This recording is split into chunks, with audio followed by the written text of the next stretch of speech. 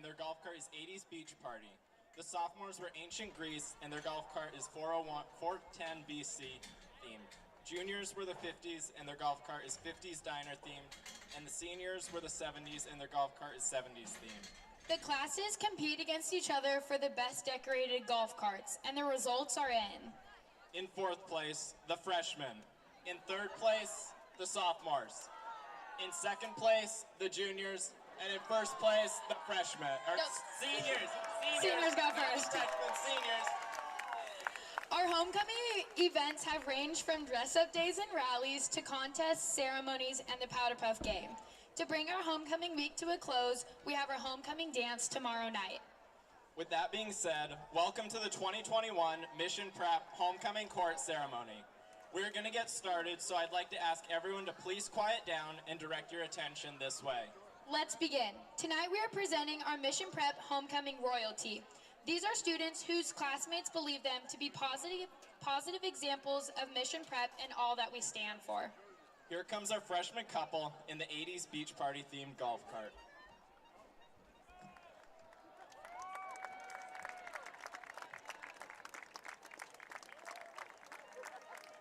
Our freshman prince is Armin Clayton.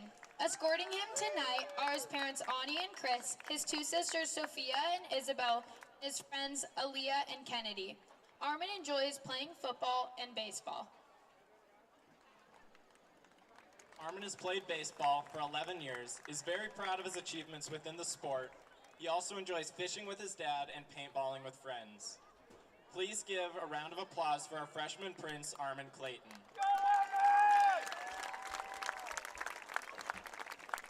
Next, we have our freshman princess, Sophia Gooddale.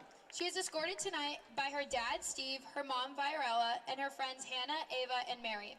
Sophia admires her dad because he faces challenges with grace and still finds ways to be positive.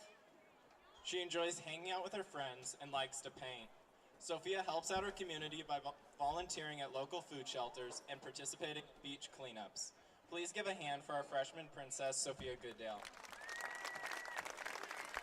Now, here comes our sophomore couple in the 410 BC era golf cart.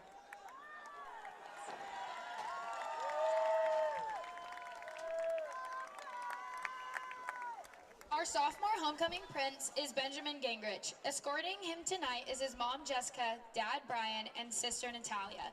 Ben spent the summer traveling with his family and preparing for the school year. He also enjoys playing basketball and is a part of the golf program at MCP. Ben admires his father because of his hard work and dedication to his family. His favorite memory at MCP so far has been hiking up the M and painting it with freshmen class. Please give Ben a round of applause.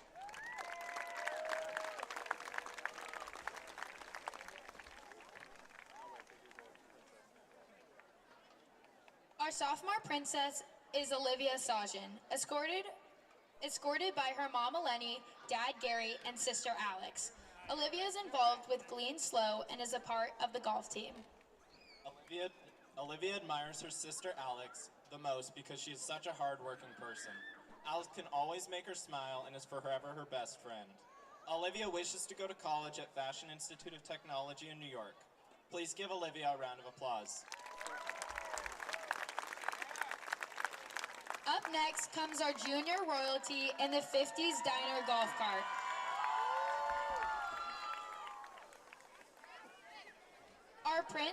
Our junior prince is JJ Howard, escorted by his mom, Jessica. JJ has played basketball for 10 years and admires LeBron James because it's inspired him to play basketball and has learned a lot watching him play. JJ has made so many friends through the football program at MCP and has enjoyed his experience because of Coach Schuster. After high school, JJ wishes to go to Oregon and play basketball for the Ducks. Let's give JJ a round of applause. Our junior princess is Sophia Sostrin. She is escorted tonight by her mom, Joy, dad, Jesse, cousin, Alex, and grandma, Nancy. Sophia admires her dad because he's very hardworking and dedicated to everything he does. Sophia volunteers for an organization called Letters for Rose, plays for the varsity soccer team, and has helped create the social justice club on campus. Please give Sophia a round of applause. Let's give another round of applause for our freshman, sophomore, and junior couples. Here comes our first senior couple in the 70s golf cart. Jack is escorted tonight by his dad, Mike, mom, Kyra, sister, Piper, grandparents, Ed and Margaret, and his grandma, Lavone. Jack admires his parents for working so hard for the family and always teaching him to do the right thing. Jack spent this past summer attending football camps, hanging out with his friends, and planning school events with his ASB team. Jack is verbally committed to Sonoma-Pitzer football. He plans to honor that promise and attend Sonoma College to major in economics. Please give Jack Susank a round of applause. Our first senior princess of the night is Amber Snook. Amber is escorted by her mom, Jenny, dad, Brad, and grandpa, Pete. She admires her mom because she's shown her what it's like to be strong, independent, loving mom and woman. Amber is the captain and setter of the MCP varsity volleyball team. She's proud of all the girls and seeing how much they've learned, both on and off the court. Couldn't ask for a better group of girls to call her team. Amber wishes to attend a private Christian college to further her education. Give it up for Amber Snook.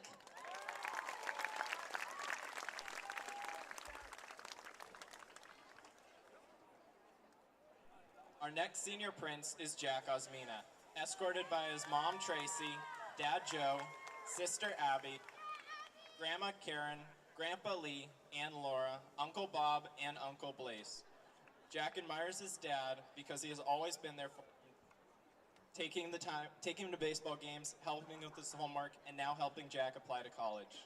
Jack is involved with multiple local charities, as well as working at Roxanne's Birkenstock store. He spent the summer with his friends. Please give Jack Osmina a round of applause.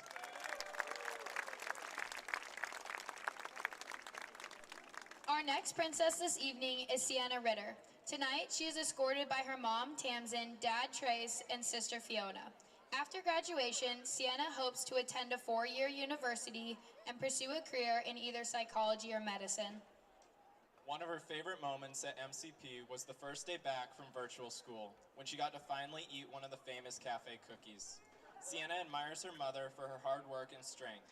Tamsin has taught Sienna everything she knows and continues to push her to be her best self. Please give Sienna Ritter a round of applause.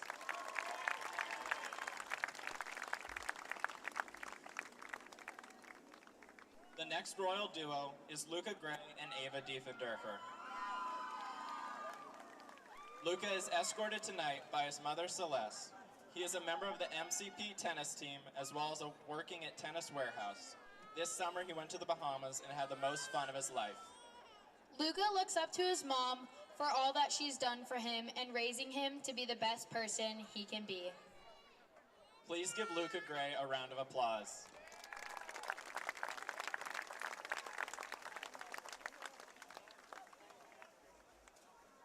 Our third senior princess for the night is Eva Dieffenderfer.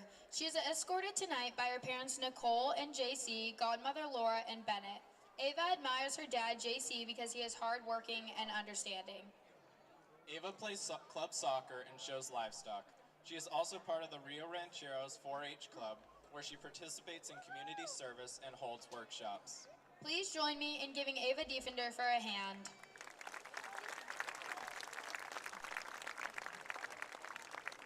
Here comes our fourth senior couple. Anase Martin is escorted tonight by his parents Aaron and Kyle. Anase is very involved with the Life Water organization, which helps bring clean water to underprivileged communities. He also is a member of the MCP soccer, baseball, and cross-country teams. After graduation, Anase plans to attend a 4-year university and study astronomy.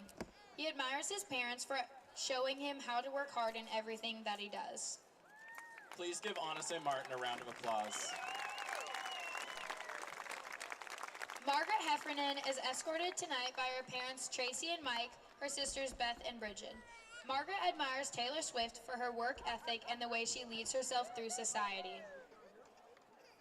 After graduation, Margaret hopes to attend a 4-year university and pursue a career in the medical field. Her favorite memory at MCP so far is getting the opportunity to play on the women's golf team with her two sisters and best friend for 2 years in a row. Please give Margaret Heffernan a hand. Our next senior couple is Elijah Gradanis and Chauvinist. Our next prince on the senior homecoming court is Elijah Gradanis. Elijah is escorted by his mom, Liz, and dad, Paul, his two brothers, Sam and Cyrus, and his sister, Sophia. Elijah admires his grandparents and dad for immigrating to America, working hard, and becoming successful ranchers. Elijah is most proud of the 2018 football CIF championship. After graduation, Elijah plans to attend college, get married, and fight for farmers' waters rights. Please give Elijah Gradanis a round of applause.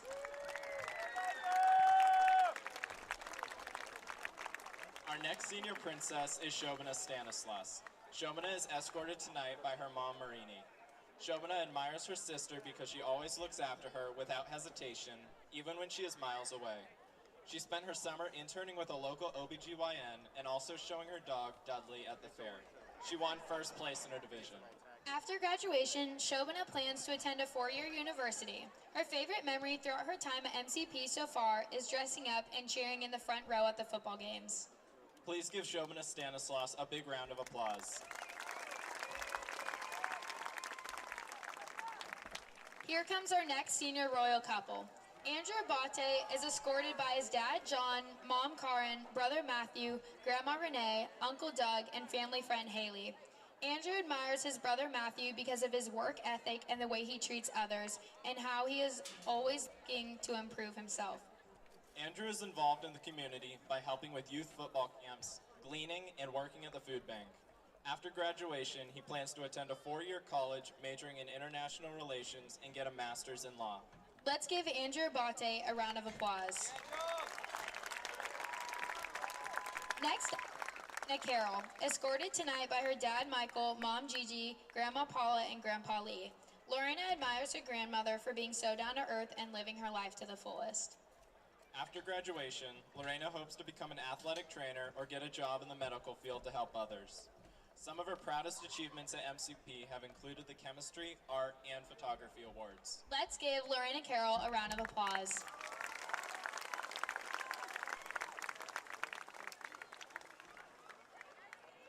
Next up is Patrick Thomas, escorted by his mother Kathy, dad Shan, and dog Charlie. Patrick admires his brother for showing him what it really means to be himself. He has enjoyed being involved with the MCP cross-country and track teams. After graduation, Patrick plans to attend a four-year university and study medicine. Please give a round of applause for Patrick Thomas.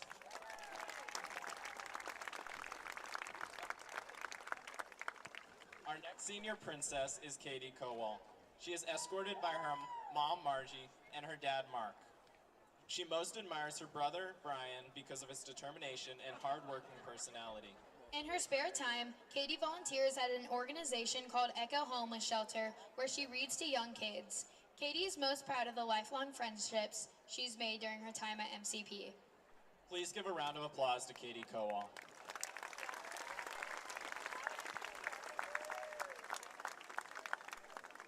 And now please give another round of applause for our wonderful homecoming court and their families.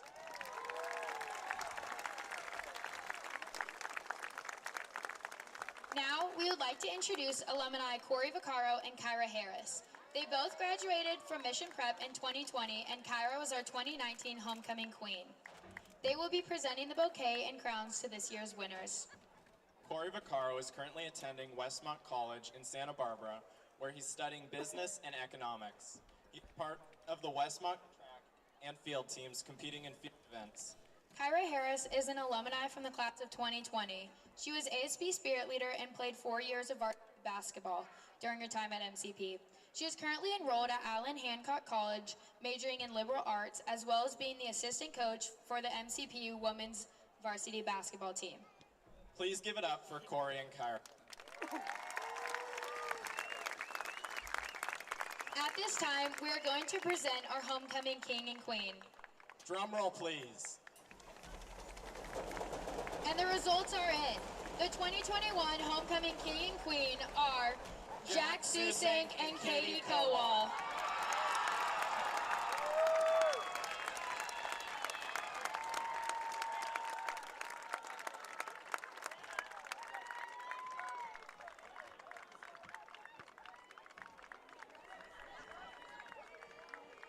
Give it up for Jack Susink and Katie Kowal.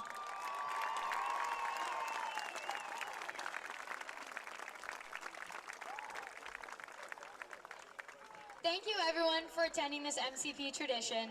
It's been an honor to MC tonight. It truly has. Now, please enjoy the football game and go Royals.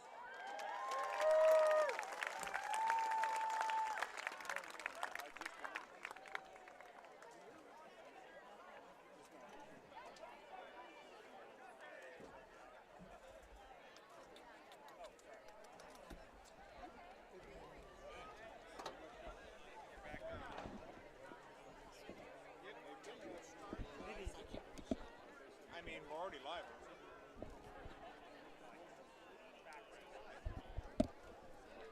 Hello. Probably hearing me. I'm not sure how many viewers we got, but welcome on in. Brian's still getting settled behind me as we just watched homecoming. It's Mission College Prep's homecoming here against Morro Bay. That's going to be the main feature, but we already had the big non-football event of the night. Jack Susink and forgot her first name, Kowal. Pretty famous name out here in these parts. Coming away with the crown and the bouquet. As you can see, everyone getting in on that action as Brian getting resettled to get ready for some football, and it's going to be a good one tonight. The dark horse for the Ocean League making their way from the coast to inland San Luis Obispo, trying to play spoiler against Mission College Prep. That is Morro Bay coming in to try and do this. They've got a lot of talent on this team, a lot of ability on the roster to make some big things happen, especially under the building blocks that Coach Jake Goosen Brown has laid out in front of them. This has got the potential to be a major upset in the Ocean League. In particular, you look at Mission Prep and how they've been winning their games fairly seamlessly week after week.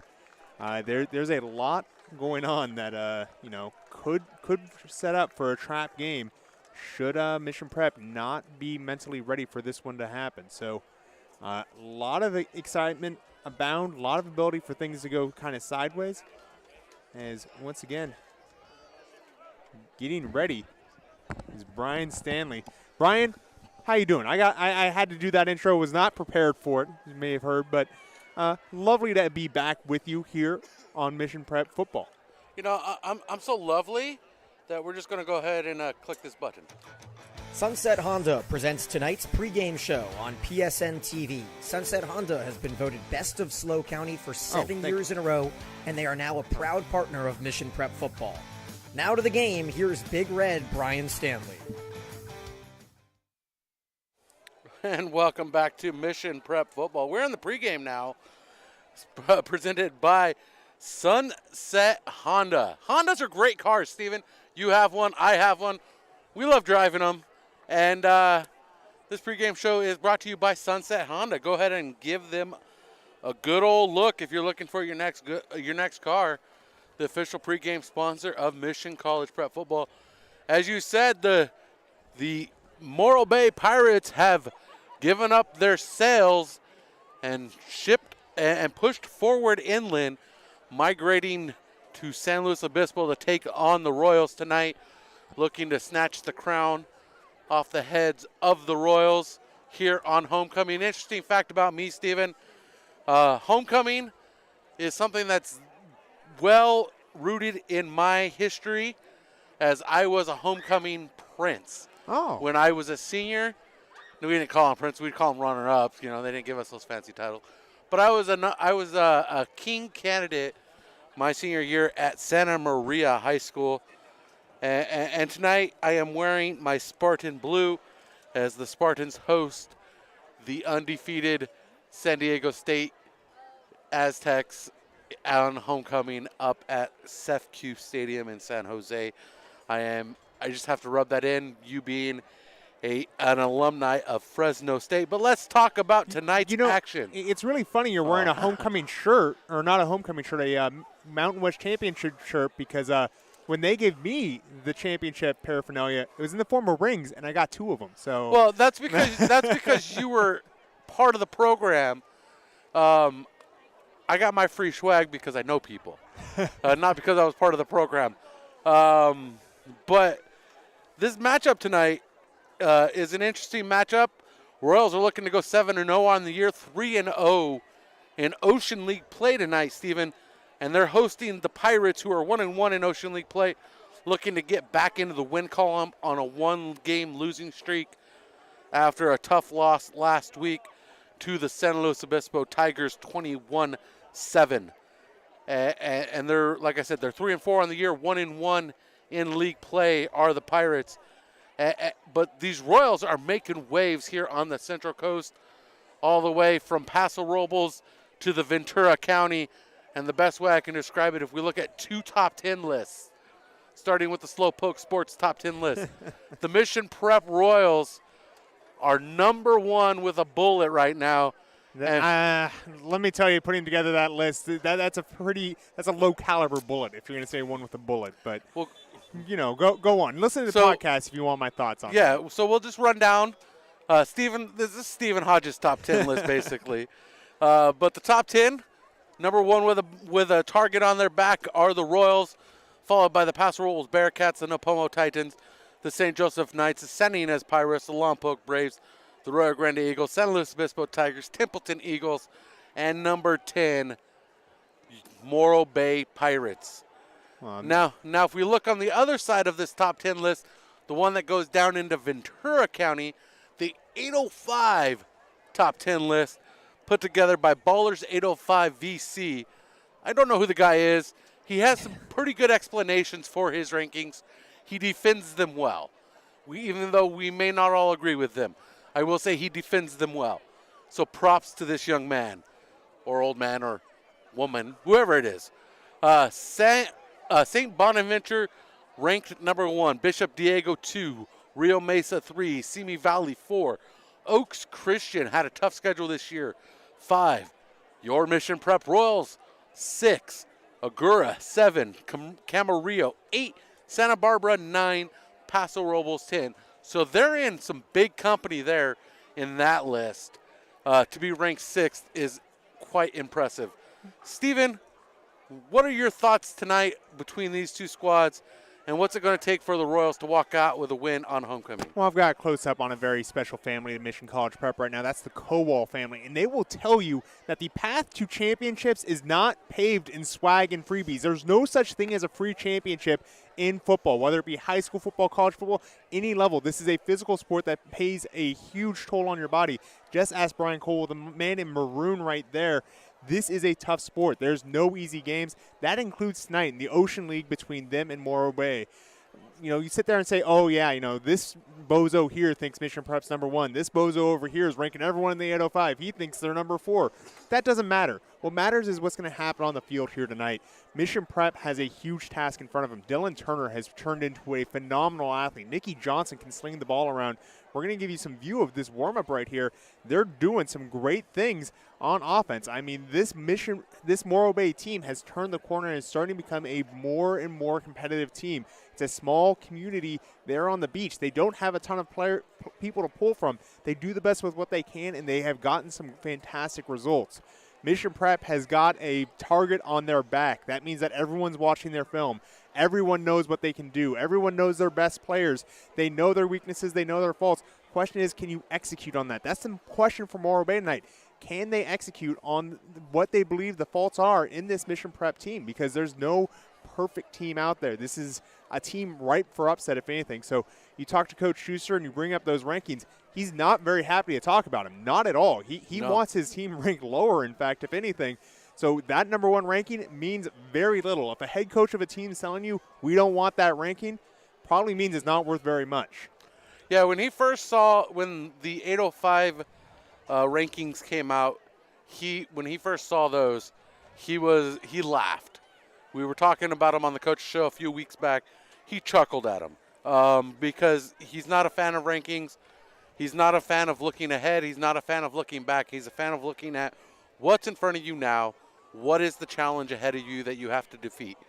And in this week's Coach Show, I was like, Coach, I know you're focused on this matchup, but everybody's starting to look ahead to Week 10 and how things are shaping up, because right now Week 10 is that Slowtown Showdown, Stephen. Yeah. And we know it's between Mission Prep and San Luis Obispo, and both those squads are currently 2-0 in the Ocean League and pushing for that crown to take home at the end of the season. Well, and you sit and say, all right, well, what's going to happen with the Slowtown Showdown? I tell you what, it doesn't matter what the records of those teams are. Yes. This is that, how do you know who the main character of the book is? It's the guy everyone's talked about when he's not in the room. What's the main character of this season? The Slowtown Showdown. That's going to happen no matter what. To make that a significant game as far as the standings go, is make it a league title match, you got to take it week by week. You can't look past any opponent. The Pirates, again, the dark horse of the Ocean League. Everyone wants to talk about Slow. Everyone wants to talk about Mission Prep. Morro Bay is making some waves on their own. They lost last week to Slow in a very tough game for their offense. The defense for San Luis Obispo came through huge and shut them down to only 7 points. 21-7 was the final of that game. And I tell you what, this is a Morro Bay team that can pop off and score points on a whim. They scored that 63-0 shutout against Tranquility right before league. Any team that's capable of doing that is capable of taking some crazy games. Mission Prep has to work to make sure that this doesn't become a boat race and get out of hand early. And to continue my thought about looking forward, when I brought that up about how things are shaping up in the Ocean League, Coach, again, brushed it off because he's not worried about what's down the road. He's worried about what's in front of him. And tonight, that is Jake Goosen Brown, the head coach of the Morro Bay Pirates, and the squad he brings to town, including Dylan Turner, the senior running back who is doing some decent things, and then their quarterback, Nicky Johnson, the junior quarterback, who's also playing safety. He's going to be putting in some work this week. Well, it's easy to talk about those guys. There's also another senior out on the perimeter. His name's Christian Merrill. He already got 20 receptions on the year, 355 yards, and 6 touchdowns. He's going to be a major factor in this game. He stands at 6'3", 185. It's going to be a tough guy to match up with on the perimeter, so I expect him to come into this game strong. You already mentioned Dylan Turner. 1 carry away from 100, 566 total yards so far, 5.7-yard carry average, and 11 touchdowns. That's only his rushing side. He's a dual-threat running back. He likes to get outside of that pocket, get some catches. 27 receptions, 317 yards, 12-yard average catch, 4 touchdowns.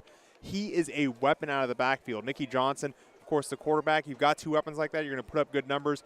Well, he's also pretty careful with the ball. 14 touchdowns, 0 interceptions. Those stats only go through this slow game. I believe he threw some interceptions against San Luis Obispo, but a lot of teams have been doing that recently. So look at this Morro Bay team as a team that's going to be looking to get scoring early, get scoring often, and really just try and get that game going in their favor, especially with how fast and how loose they play. This is a very different offense than what Mission Prep runs. But when we let's look at the other side of the ball. Mission Prep comes with their own weapons, and we're going to start with two-star athletes on the Royals roster, and that's Jack Susank and Caleb Alalim, the senior guard and the senior running back in reverse order. Jack Susank being the running back there. But we're getting ready here now. That is the as I get stutter, I'm getting excited here, Stephen. In the background, we have Johnny Cash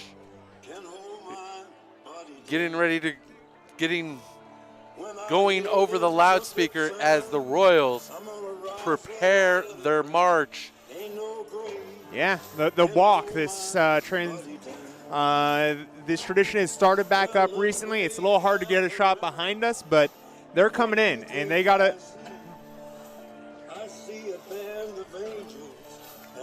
It's a tradition that's been reborn. They walk all the way from the locker room around Palm Street down to Pomo, carrying the flag and marching as a crew. And that's really what this team's all about. It's about playing as a team. You mentioned Taco, Caleb Alalim. He's a strong member of this line, but that entire line has given a lot of amazing lanes to Jack Susank. Jack Susank comes into this game with 65 rushes for 794 yards, 7 touchdowns, 95-yard rush long. I mean, he is a fantastic weapon, but he is not alone in that backfield. I talked to Coach Schuster. He says that he feels confident about 6 different guys back there, 6 different running backs that they think can run the ball effectively. That includes guys like George Kardashian, who had 2 touchdowns last week against Santa Maria. This is a dangerous offense that likes to control things at the point of attack and move from there. Really an old-fashioned grind you into dust offense. That's what Mission Prep brings to the game. That's what we expect to see here tonight. And on the other side of the ball for the Royals, we have a great dynamic duo between the Loera brothers, David and Mario Loera, doing some great work. Connor Lopez out there as well, along with David Andrade, putting in work on defense, which has done a great job of containing opponents in the scoring element.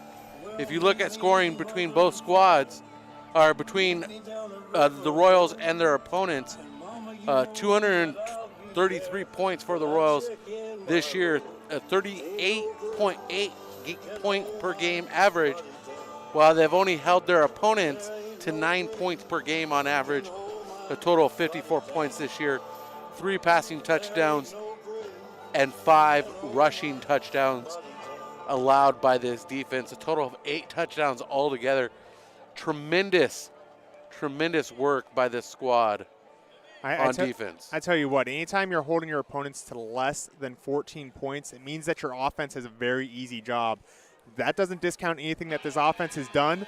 They've been fantastic, lights out through the year, but this defense is really what has been winning their games. Offense is providing the fireworks, but defense providing the wins. And we're getting underway here. We're getting ready to present to you your Mission Prep Royals on homecoming this Friday, October 15th.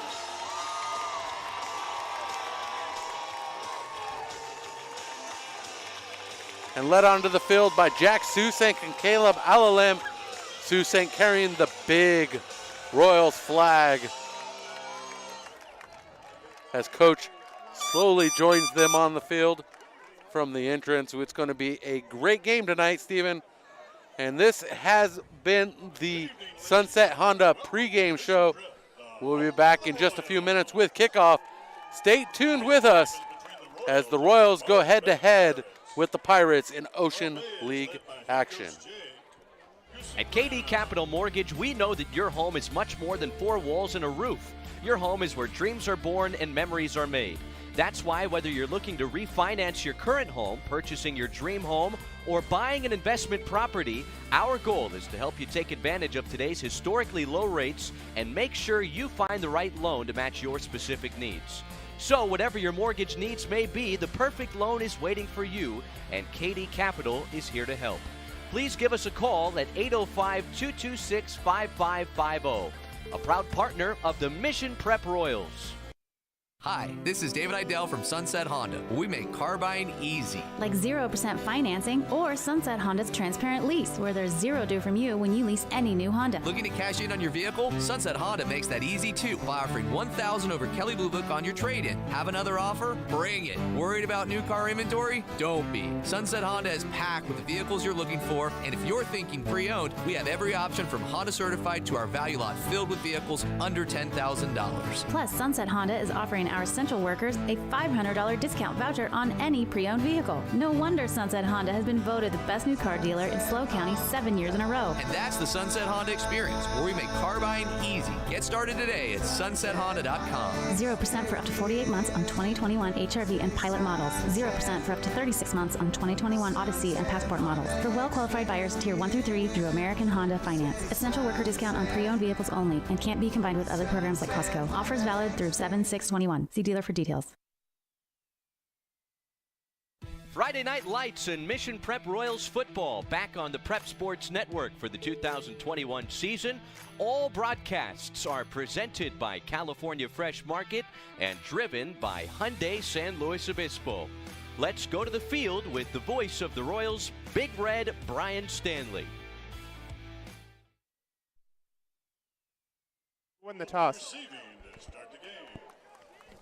Welcome back to Mission Prep Football on Prep Sports Network. We're about to get underway here for the opening kickoff here on homecoming night. This is our main event between the Royals and the Pirates. Varsity football underway. Now, would you please rise? Remove your hats. And we're going to go to the national anthem. We're going to go ahead and stay with this one. And we're going to honor America. We'll be right with you. Senior cheerleader, Danny Antiveros.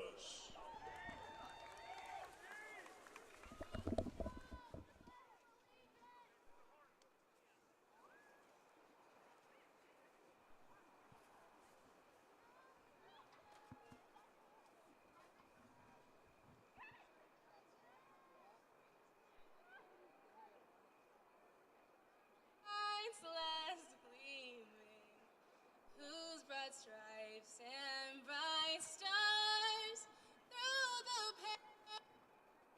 perilous fight, o'er the ramparts we watched were so gallantly streaming, and the rockets' red glare, the bombs bursting in air, gave proof through the night that our flag was still there. Oh, say does that star-spangled banner yet wave? And of the free.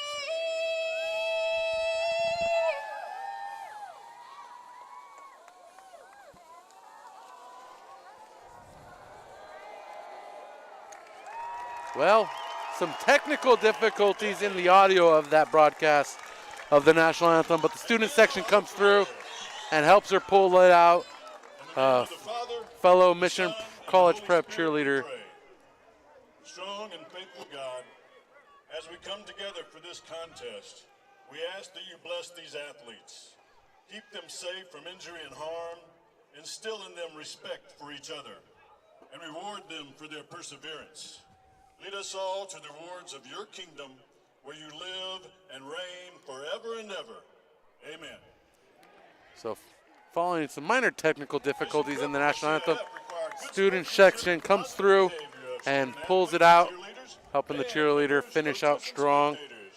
So we're about to get underway here. The Pirates are set to receive, and receiving for the Morro Bay Pirates is going to be Dylan Turner and Christian Merrill, as Jack Susank prepares to kick this opening kickoff away. And this opening kickoff is presented by Mike Smith State Farm Insurance. Give Mike Smith a call at 805-546-8393 for your auto, home, property, business, life, health, and pet insurance needs. Like a good neighbor, State Farm is there. Again, Merrill and Dylan Turner back to receive. Opening kickoff here in the first quarter. Getting set to set sail by Jack Susank, as we are in tight quarters in the Mission Prep press box tonight. Plenty of people around us. Climbing the scaffolding of disaster? It's not disaster. It's just a tight scaffold. Right now, the Royals going to need to avoid disaster, as Morro Bay is going to be trying to come out fast here. And here's the kickoff presented by Mike Smith State Farm, and that's going to bounce into the end zone. Royals got a good bounce there, as the Pirates got lucky. That easily could have taken a bounce the other way and stalled out within the 5-yard line. But that touchback is a 1st and 10 for the Royals for the Pirates at their own 20-yard line, middle of the field. And Dylan Turner's going to be in the backfield for Goosen Brown. Also in the backfield, running the offense, Nicky Johnson, the quarterback, junior. Working the shotgun position. Hands off to Turner. And Turner taken down at the line of scrimmage by the defensive line. Going nowhere fast. His Pirates offense. And just a quick little belly play there. I tell you what, Coach Goosen Brown, he's got family that is fight promoters, boxing promoters. He knows the importance of establishing dominance early, getting that jab out, kind of feeling out the distance and trying to get that area in the front. I don't expect too many fireworks here, but if it comes to it, they do have that capability to go over the top to Merrill, that large wide receiver on the outside. He's on the far side of the screen down on that far side. Shotgun snap, keeps it himself as Johnson. Johnson running out to his right side, gets some room, breaks the corner, down the sideline, enough for the first down across the 50-yard line. That is going to be a Morro Bay first down. You know, you sit there and you talk about what's important in football. What are the stats that actually matter, you know? And that's something that I try and preach to people is, look, football has become a big play sport. We've got a quarterback like Nicky Johnson that can get loose like that and rip off these 30-yard plays. You got to keep him contained. They lost contained there. Nicky Johnson scampers to the outside and gets a huge gain. Those are the types of plays the Pirates are going to be looking for. 29-yard pickup, 1st and 10 from their own 49. Did not get across the 50. Still driving, looking to pass is Johnson. That pass complete to Merrill, and Merrill takes it out of bounds. Short of the first down, 5-yard pickup, 6-yard pickup for, 5 yards.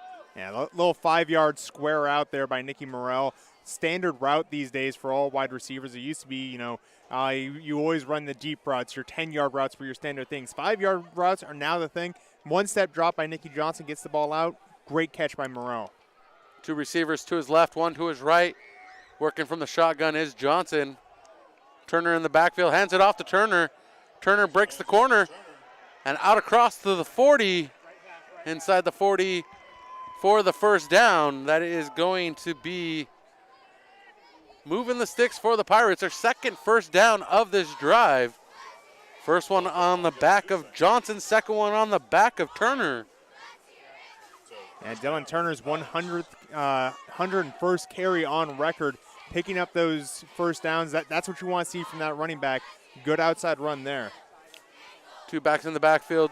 Turner's going to stay in the backfield. Pass out of the backfield to Turner, and he escapes 1 tackle, but does not escape the second. Connor Lopez in on that, as Mario Loera is the one who was unable to pull the tackle down the first time. And good tackle by Connor Lopez coming down on the second chance. You want to know what his tool Dylan Turner is? He's not just the first check down there. He's also the third. They looked at him for the swing pass, wasn't there. Look downfield, then just go right back to him because they know something can happen if they get the ball to Turner. Turner in the backfield, trips to his right for Johnson. Johnson hands it off to Turner. Turner right up the tackle, and he is taken to the ground. And making the tackle is Luke Terry making that tackle, the sophomore. Yeah, Luke Terry playing back at the safety position there. He's the last line of defense that they had. Came through and picked up that tackle, and there's no one left. That's not what you want to see as a defender. You always want to get your linebackers involved in that run game, but it's so well blocked by the Pirates that is lucky Terry was able to recognize the play and make that tackle at the last second. Another first down presented by Turner as Johnson's in the backfield by himself, looking for a receiver, 4-man front. Cross over the middle. Merrill with it, trying to get to the first down sticks. And he's taken down very quickly. And Caden Elmerick making that tackle for the Royals, preventing the touchdown. That is a really shallow crossing drag route by Merrill. Just got open using his speed. He had a guy defending him, but he's going so quickly along and fast down the line of scrimmage that no one could really keep up with him. Able to get that close to the sticks off of a very close route like that. What a route by Merrill. 2nd and 1 for the Pirates. Turner with the ball once again. Goes right up the middle, and he's going to move the sticks. Turner moving the sticks for the 3rd time consecutively for the Pirates. And Turner's just that guy. He's going to be the guy that can take, you need me to get 20 carries in the game, I'll get 20 carries. You need me to go out and run routes, I'll run routes. Whatever you ask of him, and that's really what's been the theme for the Pirates athletes the last years under Goosen Brown, has been, I will do what's asked of me, and that's what you want as a coach. Johnson, the pass to Turner, falls incomplete, but it was a backwards pass so that it's a live ball. Incomplete backwards pass. Yeah, so it was a fumble. Lateral is, technically kind of a handoff. You could see that as a pitch. What Turner did was he took a step backwards and kind of curled that flat route. It's something that you see in the high school ranks because if you're trying to catch a ball behind you, you have to twist quite a bit. So you'll take that banana step behind yourself, go backwards a little bit, and open yourself up for the catch coming back forward. Unfortunately, he didn't get back forward fast enough, so it goes backwards. And that lost the Pirates a huge amount of yards on that play. Second and a long one for the Pirates here. Pass over the line of scrimmage to Turner from Johnson. And flag comes out as Drew Harrigan makes the tackle. Yeah, Drew Harrigan beat his block there, and I think this is going to be through a hold. So this might be a situation where it's going to be a third down if you don't take it, a second and very long if you do. The question is, where does Coach Schuster think the field goal range is for these Pirates? That's going to inform his decision if he accepts or declines this penalty. As the officials are talking it over at the 25-yard line, the flag is waved off. They're picking up the flag on the play. Yeah. So it's going to be third down here, and we'll go third and a long 15 for the Pirates. Yeah, that could have been a situation that they're looking at a possible illegal block. If a linebacker got blocked by a wide receiver, that's a crackback block that's illegal in the high school level. So they could have been just talking positional. Hey, where was this guy? Turns out there wasn't a penalty. The snap for Johnson, chased out of the pocket. On the hills are the Royals, and that pass broken up in the end zone. That's big number 6, isn't it? Yes, that is. Big number 6, the 2-star athlete, Jack Susank, saying, not a touchdown in my house, not right now. And Jack Susank's going to be kind of the highlight here. It's going to be the running back show tonight, and that's often the case in high school sports. But here especially, you're looking Dylan Turner versus Jack Susank, two of the premier running backs in this Ocean League. And we've seen what Dylan Turner can do so far. Jack Susank showing what he can do on defense. Can't wait to see what he can do on offense. 4th and 16 is the measurement. Scoreboard says 420. That's not accurate. Well, a little bit of a late substitution here, and with how long it take to set up for his field goal, they're going to burn a timeout here. Make sure that they don't get backed up even further on this 4th down. And we're going to go ahead and jump to a commercial break. We're going to see what the Pirates have on 4th and 16 when we return.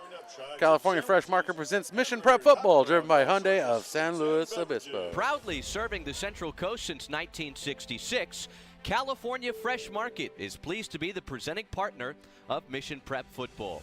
With locations in Pismo Beach and SLO, we're open from 6 a.m. to 10 p.m. daily. California Fresh Market has it all, from a full-service coffee bar to an organic juice bar, sushi bar, full-service deli and catering. They fit all your needs at California Fresh Market. Local, independent, and fresh. We hope to see you soon. Go Royals! Coming out of the timeout, it is 4th and 16 for the Pirates, and the kicking team comes out for a 36-yard attempt by Ethan Lisman. And the kick is up. The kick is good. Our first field goal of the night, 36 yards for Lisman. And that gives the Pirates a 3-0 lead. It's not very often we see the Royals trail early. Well, I think it's a little bit of a curse. Last time I broadcast a game, it was early in the league up against why am I blanking on it suddenly? Well, I do have the schedule right here. Yeah, so they got down early in that one as well. It was just a touchdown, though. That game was, of course, against Atascadero, where Atascadero scored first in that game. So they're not, I wouldn't say used to doing that, but it's something that they're not too scared to get down early, especially it's the first drive of the game. Almost 6 minutes off the clock. Pretty good drive there by the Pirates, but I think the Royals are ready to get back on the field and show what they can do. So with our score 3-0 following a 30, let's update this score here. Following a 34-yard field goal. The Pirates up 3-0, a big kickoff. And that's going to be returned by J.J. Howard. He's trying to find some room up the middle. He's breaking away, and a shoestring tackle keeps him from going across midfield, and making that shoestring tackle for the Pirates is Johnny Botello. Yeah, Johnny Botello just catching the ankle of J.J. Howard as he went by. Howard is so fast and physical that is a tough tackle to make for anyone in the Ocean League. Botello coming up big, saving the touchdown, as there was a lot of well-set blocks, and Howard had a whole head of steam moving across the 30 there. 6:27 on the clock. Pirates look to try to shut down the Royals here as the Royals begin their first offensive possession. Strange to say that. The Royals normally have the ball before this in the contest, almost halfway through the first quarter. And movement at the line as Dylan Turner goes across the line. Well, it looked like Mario Loera jumped first. We're going to see what the referees have to say here. There's going to be a bit of a discussion as we see the congression happening there around the 30-yard line. But it's going to be a question of, was it baited or did Mario Loera jump first? And they're going to say that he was baited across the line of scrimmage, and this is going to go against the Pirates. And the Pirates defense not looking happy with that one. So as the Royals begin their first drive here of the ball game, it is 1st and 5 now following that 5-yard penalty. Ball spotted at the 37-yard line. Handoff to Drew Harrigan. Harrigan turns up the speed, and he's out along the sideline, and he's got nothing but green field and level in front of him. As he steps out of bounds, he just runs out of sideline space, and he's inside the 20. Oh, they're saying he went out of bounds back inside the 35. And ball spotted at the 33-yard line. A big gain for Drew Harrigan. And that's just off a bread and butter play for the Royals. Power left, and they are so big up front that they just overpowered everyone, giving Drew Harrigan a clear line of sight, clear lane to run through, and a clear running lane all the way into Pirates territory. That's what you want to start out with. If you're coming from behind, get that powerful first step out there. Now drive the rest of the way. They got the big bodies up at the line of scrimmage. Single receiver as Howard moves here on the near sideline. And this one's going to go against the Royals. I think they got a little bit of a break on the first one, but this one going to be a full start against them. And this is kind of how the Royals do it. They've got such a powerful game on the cadence. They get up to the line and snap it fast. They take their time, go on two. They have a very aggressive cadence. It draws people off sides, but sometimes they catch it themselves and jump themselves. So it's one of those games of how aggressive are we going to get? Can we really stay patient and get off at the right time? 2 step forward, 1 step back. The Royals with the ball 6 minutes through the first quarter. They trail by 3. Wide under center. Passes to the outside. That pass complete to Howard. Howard trying to get some extra yardage out of it after the catch, and he does, coming up short of the sticks. And we talked about that one-step drop of Nicky Johnson on the other side. This is the classic one-step drop from under center. Just give yourself enough room to get that ball all the way out. And it is a thing of beauty. Howard just running the quick hook route and just picking up exactly what they wanted. Good 5 yards plus on first down. Makes second down very easy. Colby White working from center. 2 backs in the backfield. One receiver. And that's Howard on the outside as Harrigan with the ball. And he's just powering his way through the middle before he's taken down. And a big carry by Harrigan as, just big body just pushing his way through there. Yeah, it looked like the juggernaut from X-Men on that one there. Yes. Just pushing his way through, bouncing off of bodies. Drew Harrigan not going down on first contact. And when you're going between the tackles, you know you're going to get hit. It's not one of those, well, if things go right, this can happen, that can. You're going to get hit, and you have to be ready for it. Drew Harrigan, not just ready, excited for it. And the handoff to Harrigan once again. He's got some green field in front of him, and that is a touchdown for the Mission Prep Royals. And the Royals take the lead 6-3, and that touchdown and every touchdown brought to you by KD Capital Mortgage. Checking them out at KD Cap MTG for all your mortgage needs. Let's make that adjustment right. Colby White on. Yeah, we talked about getting contact at the point of scrimmage there. No contact made. Give that touchdown to the offensive line. We talked about Taco earlier in this game during the pregame, and what a force he's been. We just saw it there. The entire right side of the line won their blocks. No one left at the second level, and Drew Harrigan just walks into the end zone for a beautiful touchdown for the Royals, as this is not go right. And that pass complete over the middle following the bad snap. And David Larrera pulling that one in. Big number 42 back in the backfield. And that is an 8-3 lead for the Royals here in the first quarter. 4:41 remains. So we've had two scores, a 34-yard field goal by Lisman for the Pirates. And then the run by Harrigan here in the first quarter to get into the end zone. Well, you talk about what a athlete Jack Susank is.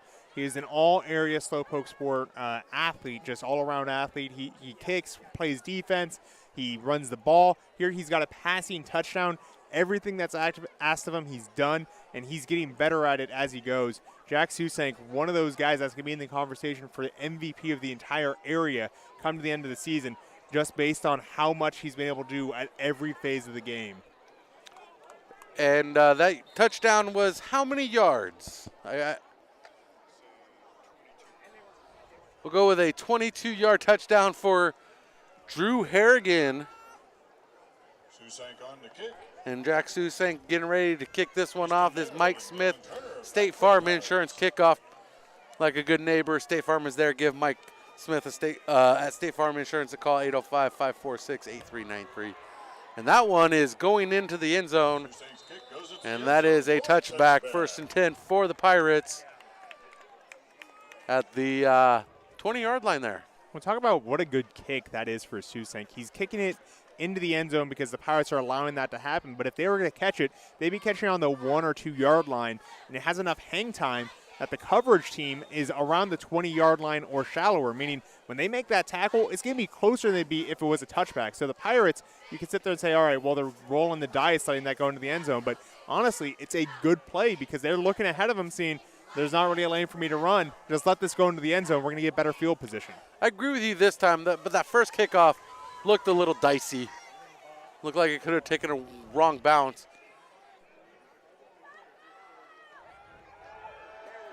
And keeping it himself is Turner. Yeah, a little wildcat situation for the Pirates, putting the running back directly behind the center before snapping it himself. And we got a Pirate down on that play. And Looks like it. Jacob Avalo was the man in motion on that. And that is Dylan Turner on the ground. He does get up under his own power, and he will go to the sidelines for a quick evaluation. Odds are we'll see him again. Yeah, it looks like he's just having some cramps and will likely be back soon, back under his own power. But it brings Phoenix Pop into the game. He comes in with only 3 carries on the year so far, 22 yards and a touchdown. A lanky, larger running back than what Dylan Turner presents. Can Pop bring the explosiveness this offense needs right now as they trail by 5? Johnson in the backfield with Phoenix Pop. Takes a snap, looking for a receiver out to the right side and trying to make the diving catch. And that is number 7 over there, Ethan Lisman, the kicker. Yeah, Ethan Lisman, he's actually a pretty big target in this offense. That's going to be his 18th reception of the year. Going to push him over 300 yards so far. He has 3 touchdowns. Lisman, only a junior, playing wide receiver, defensive back, and a backup quarterback. Handoff up the middle as Turner is back in the game. Turner, if they lost Dylan Turner, this offense would take a huge blow right now. It'd be a major blow, but I've got a lot of faith based on what we saw between Merrill and Nicky Johnson that they'd still be able to do a lot with it. It's just you'd have to adjust to that. You know, they run a lot of 10 personnel, so anytime you're changing out your running back who's that 1 in the 1-0 for the 10 personnel, it's a major hit, but this offense is pretty versatile. Johnson with 2 receivers to his left, 1 to his right. Single back in the backfield, that's Turner. Johnson keeps it himself. He's on the keeper, rolling out to the right side, and he's chased out of bounds. And he's going to be out of bounds at the 35-yard line. After a short game. Yeah, if you ever wanted to know what a quarterback's reading when he makes those read options, it's usually the end. The end comes crashing down. Nicky Johnson makes the great decision to pull the ball. Problem is, Mission's got a lot of guys on defense that can fly around and make some big hits, so he wasn't able to make much of it despite having a lot of room and making the right read on the option. So not a lot of room to make that play. Mission Prep working with a 4-man front. 2 backs in the backfield, 2 receivers to Johnson's right, 1 to his left. And this is a Wildcat keeper to Turner once again as Johnson goes in motion. He's driven out by Mario Luetta. And coming up short brings up 3rd down for the Pirates here, 3rd and 7. You know, there's a time and place for running back direct snaps. I'm not seeing the reason for it here on this early drive. That the problem you have is that when you don't have a quarterback taking the snap, the entire defense keys in immediately. Hey, we can crash down right now and really make things happen against this running back. Even if it's going to be a pass play, one of those, double trick situations, well, hey, guess what? He can't throw the ball as well as Nicky Johnson. Johnson working with split receivers. Over the middle, that pass complete to Merrill. And Merrill just speared to the ground and making the big tackle for the Royals. And Luke Terry in on that tackle. And it looked like Mario Loera was involved on that as well a little bit. And the issue is you still allowed a 1st down. Nick Merrill, one of the things I've been really admiring about him in this game, he's running these lateral routes that are just dragging across the field, but then he puts his foot in the ground and gets vertical very quickly. That's the challenge with those routes. It's not necessarily getting that speed built up. It's turning that lateral speed into vertical speed. Johnson, again, with 2 receivers to his right, 1 to his left. Hands off to Turner on the delay. Turner tries to weave his way through the line, and he gains about a yard after that fancy footwork. Yeah, I tell you what, that is all on Drew Harrigan. Drew Harrigan does a fantastic job reading this play. One of the things that's very hard to teach a linebacker is, hey, here's how you contain. Here's how you keep a guy from bouncing out on you. Drew Harrigan hung in that area, waited for the chance to get the tackle, and then took it. If he had dove in too early there, it would have been an easy bounce out for Turner. Instead, he waits, makes the form tackle, takes him to the ground near the line of scrimmage. Beautiful play by Drew Harrigan. 1:15 on the clock. Johnson working with trips to his right. Pass out of the backfield to Dylan Turner, and Turner switches directions, going the opposite way now to the far side of the field, and a lot of ground traveled, but not a lot of yardage picked up there as he gains 3 yards on that carry. And as again, Drew Turner forcing him back inside, and that's the right position for Drew Turner to be in. Just menace Dylan Turner, force him back in. I said Drew Turner, it's Drew Harrigan that made that happen. And then he goes back into the formation where more Royals are there to make the tackle. They're wearing out Dylan Turner, making him go tons and tons of yards. They only get a few at a time, and they pulled up a big 3rd down. Great work by the defense. Johnson directing his receivers, putting Ethan Lisman in motion to the near side now. 2 receivers to the near side. And we have a timeout taken by Jake Goosen Brown. We'll go ahead and take the timeout with him. We'll see what Jake Goosen Brown draws up here on the 3rd and 4. This is Mission Prep Football presented by California Fresh Market, driven by Hyundai of San Luis Obispo. Old San Luis Barbecue, a proud supporter of Mission Prep Royals football in the 2021 season. Established in 2010, they are SLO County's best Santa Maria-style barbecue. Couple of locations to choose from in San Luis Obispo, one on Higuera, one on Broad. They're open Sunday through Thursday, 11 a.m. to 10 p.m., Fridays and Saturdays even later, 11 a.m. to 2 a.m., a great spot to stop by after Mission Prep's next win. Welcome back to Royal Stadium. This is the Mission Prep Royals hosting the Morro Bay Pirates. 21.6 seconds remain here in the first quarter. Royals lead 8-3. It is 3rd and 4 for the Pirates coming out of the timeout taken by Jake Goosen Brown. Ball spotted at the 49-yard line. 1 yard from midfield for the Pirates. 51 yards to the end zone. Johnson avoids the pressure over the middle. over the fingers and out of reach of Lisman. Ethan Lisman just could not get the catch. A little too much gun on that one. Yeah, it's the right call, right play. It's just Nicky Johnson had to slide around in the pocket while that was going on. If he had his original feet placed where he originally wanted to throw that ball, that's an easy completed pass. However, he had to climb the pocket to avoid the pressure, not force the interception. That's a tough one for Nicky Johnson and the Morro Bay Pirates to swallow. And back to punt this one away is Ethan Lisman with Luke Terry and J.J. Howard back to receive. Good punt by Lisman. Holy smokes, that's a good punt. And it's muffed by Howard. Howard able to recover it inside the 5, trying to stay on his feet. And he is just swarmed and meleeed by the Pirates and taken down at the 5-yard line. That is not how that play was drawn up, Stephen. I tell you what, the aggression from the Pirates there to see the muff punt, get after it, and force the Royals back deep is a huge plus for the Pirates after such a kind of milquetoast drive that ended up stalling out. So to see that aggression from the punt team and see that punt get off and end up with this field position, you'll take some victory in that, but ultimately you still got to be licking your wounds over that close call on 3rd down the play before, and you got to be looking out because you can't get too aggressive here. Remember, Jack Susank had that 95-yard touchdown against the Greyhounds earlier this season. This is a prime position for a similar type game. Ball spotted at the 4, 1st and 10 for the Royals. And Susank back there at tail. Colby White working under center. The handoff to Susank. Susank drops the shoulder, delivers the hit. He is brought down by a squad of Pirates. And it looks like Pop was in on that one. And we are at the break. And that is our score at the break at the end of the first quarter. That is 8-3. The Royals lead the Pirates. We'll be right back with second quarter action.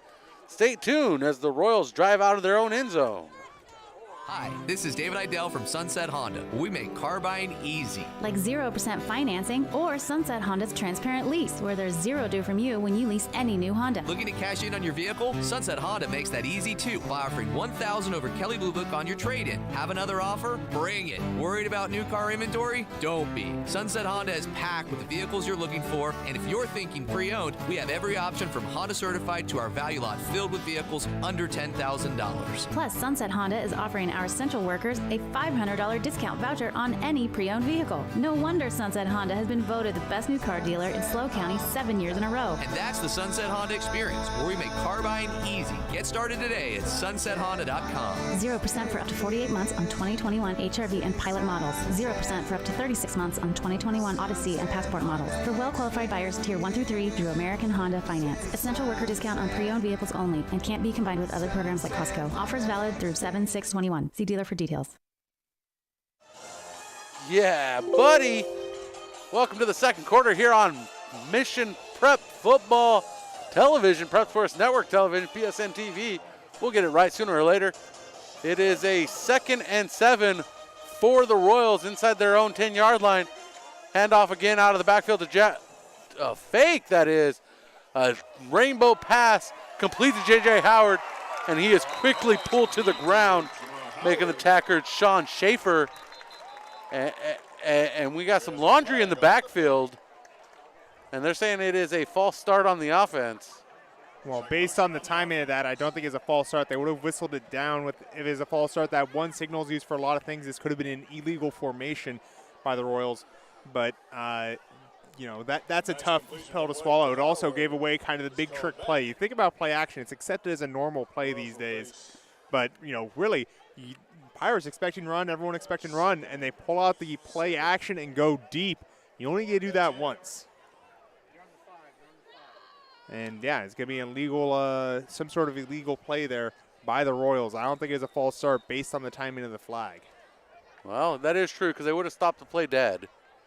So illegal formation will go with 2 receivers to his right, 1 to his left. A back in the backfield, which is Susank. White takes the handoff, hands it off to Susank. Susank up the middle, and he comes up short of the first down, but makes a dent in it on 3rd down. Yeah, and hitting the backfield at the start of that too. Did a good job staying on his feet, and that's one of the things that Jack Susink brings to the table. His big muscular frame, not easy to take down, and you see it there. That could have ended in disaster. He is hit early, and you end up with a long third down there. Ooh, the Royals would have been in major trouble. Instead, Susink carries it forward, gets it to a 3rd and short.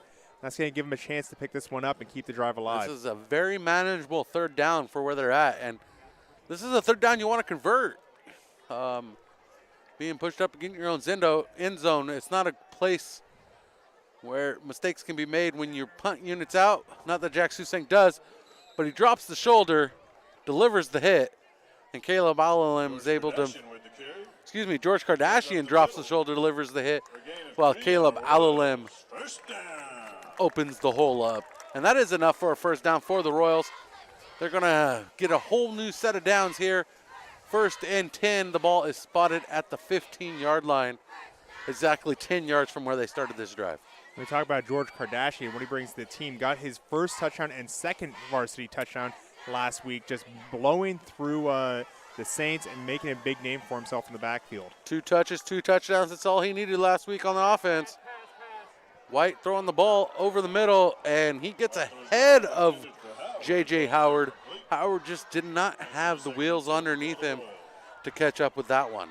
You know, completion percentage isn't everything, and that's a incomplete pass I'm okay with. You want to overthrow your wide receivers. You want to make it a challenge to, hey, you know what? You don't want me to overthrow you? Go get that ball. J.J. Howard has the wheels to go out and make that catch. Just throw that challenge out there, and J.J. Howard had the open space, had the right route. The ball was just a little bit over-delivered. But, if I'm Mission Prep, I'm okay with that. You want to over-deliver on that so it doesn't end up being an interception due to being thrown under. Gregory Hunt chiming in. Great video, Tommy. Thomas Bowden getting some love on camera work. Appreciate your work, Thomas. Kobe White hands it off. George Kardashian with the wheels of steel. He's going the distance across the 50. One man to catch him. And he is still dragging defenders with him. We got laundry on the field.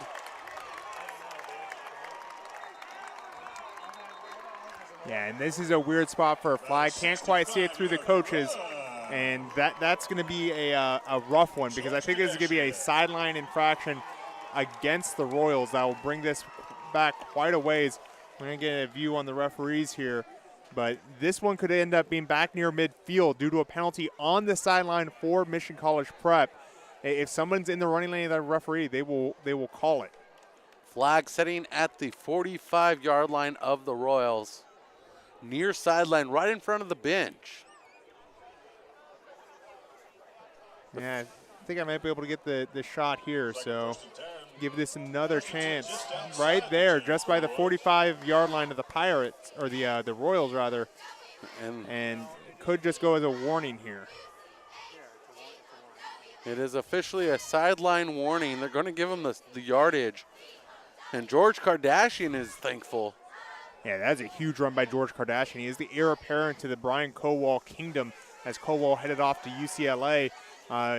Jack Susink comes in, has a fantastic job, gets the starting running back job, but George Kardashian keeping it in the back of his mind and now exploding late in the season, just when the Royals could use another horse in that stable.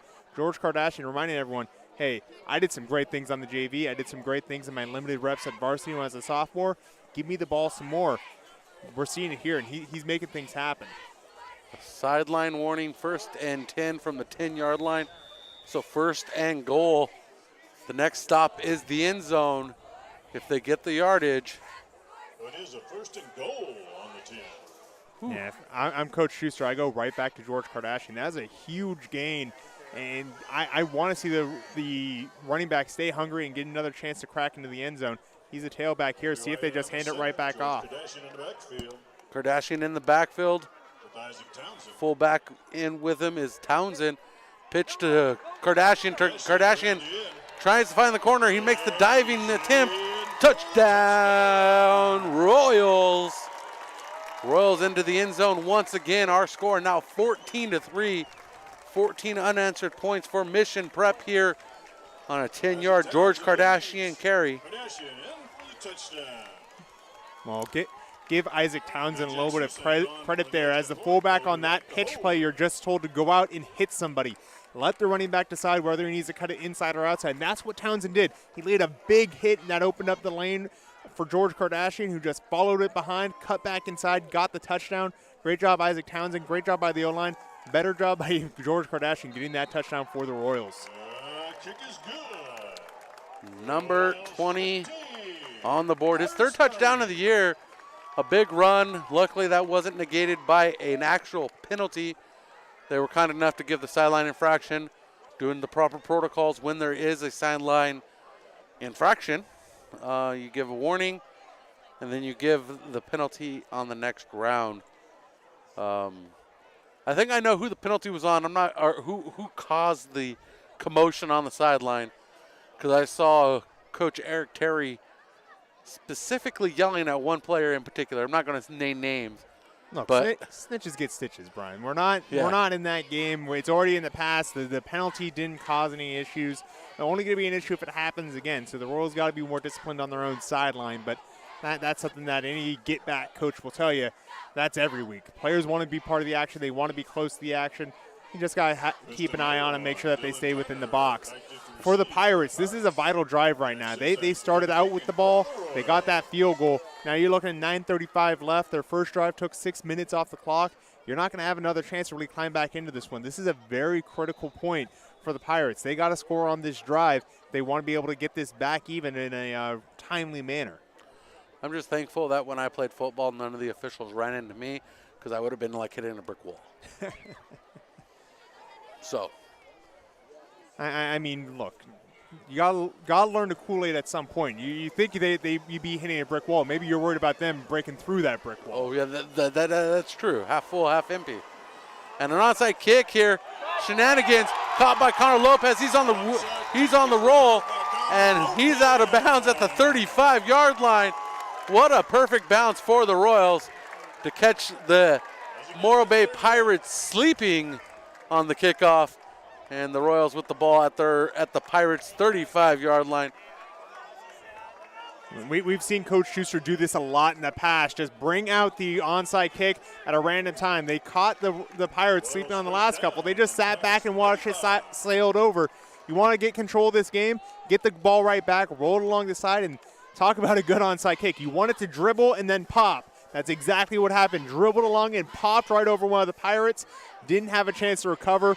Big pickup by Connor Lopez, who pulled it forward and got it even further into Pirates territory. This is going to be a big change of momentum for the Royals. I would say most of the time when you see an onside kick, the guy's grabbing the ball, falling to the ground, trying to maintain possession. Connor Lopez caught it in motion and just kept spinning his wheels. Yeah, so and the reason you dropped it to the ground is exactly this. You can't advance an onside kick, so they're going to take possession where the ball was recovered by the kicking team. Normally also when you're doing an onside kick, they're expecting it. Here, Pirates were caught sleeping. Getting our hopes excited. So back at the 45-yard line of the Pirates, the Royals with the ball. First and the 10. White hands it off. A reverse. Passed over from Dolan. Deep pass, flag on the field. J.J. White catches it. Touchdown, Royals, if it stands. Yeah, how we're getting them open in a major way, and that's the beauty of having Dolan on the field as a wide receiver. Didn't get caught. Pretty clear. You see the backup quarterback out there playing wide receiver. Keep an eye for the reverse pass, but they're going to have a conversation here right around the 26-yard line. And it's holding against the Pirates, so this is going to stand as a J.J. Howard touchdown from Aiden Dolan. And can I just tell you, in the last... David Andrade just took a quick fall on the sideline when all the commotion, but go ahead and finish your story. In the last 10 seconds, and by the way, that touchdown, every Mission Prep touchdown, presented by KD Capital Mortgage, located 1305 Vine Street in Paso Robles. Give them a call, 805-226-5556. And that makes it a 22-3 ball game, following another 7 yards. So In the last 10 seconds of this ball game, we have seen George Kardashian run it in for a touchdown for 10 yards. Yes. We've seen an onside kick recovered by Connor Lopez. Yes. And we've seen a 45-yard triple reverse or double reverse touchdown pass from Dolan to J.J. Howard. In 10 seconds. Yep. We've seen all that. Yeah, that's what you sign up for Prep Sportsnet for. That's why you hit that little subscribe button on that YouTube page right now, so you can catch all this. The Royals showing off why they're the favorite to win the Ocean League. They're not just going to sit back and have fun and, all right, we're going to go play every game. They practice for every game as if it's the championship game. They're bringing out the championship tactics for this game. That includes an onside kick. Despite being up by 15-3, they're not going to give the ball right back. They're going to try and go back and score. So look at that front line and see how or where they are this time. They are prepared. Knees are bent. Number 18 here. Let me pull him up here. Johnny Botello needs to get ready because that came right at him last time. Right down the pipe. And that line drive is muffed into the end zone. So, that one had some speed on it. Christian Merrill just could not keep his hands on it. That was a line drive. Yeah, Merrill just couldn't quite get his body behind it. Those are actually pretty tough to catch because it's spinning at a very high rate, too. You talk about spin rate in baseball. Here we see some spin rate in football as it goes in and out of the hands of Merrill. Very sure-handed wide receiver as we've seen so far this game. I think Jack Susink was warming up for baseball because that was a bullet into third base. Yeah, E8 if he had gotten to base on that one. Johnson hands it off to Turner, and Turner dragged to the ground immediately by Butler, captain of the team, one of the 5 captains, Jacob Butler, in on that tackle. And Jacob Butler slicing in from that kind of outside linebacker, defensive end position, depends on what era of football you come from. I always took it as kind of more of a D-line position, shooting in, getting past a block, and taking a guy down while he's being blocked. That's what you want to see from that outside linebacker DN position. What a great play there by Butler. This second quarter has been quite electrifying for the Royals. Pirates looking to get on the board again, and the Butler did it in the backfield with the sack on Johnson. The Butler's guilty. Well, we talked about how good he was on that run attack earlier. Butler just coming off the side, beats his blocker, and has a clean shot at Nicky Johnson, who had a slow developing play going downfield. Did not register Butler coming in, and that was just a clean tackle by Butler. What a sack. Yeah. I'm having fun right now. I'm having a good time. This has been a great quarter here for the Royals, who've just absolutely seized control in the last, 2 minutes of game time? Yeah, roughly. Johnson looking for a pass into the backfield. Dylan Turner, that has been the connection all game long. And hanging on for dear life for the tackle is Connor Lopez. Just would not let go of that shoestring.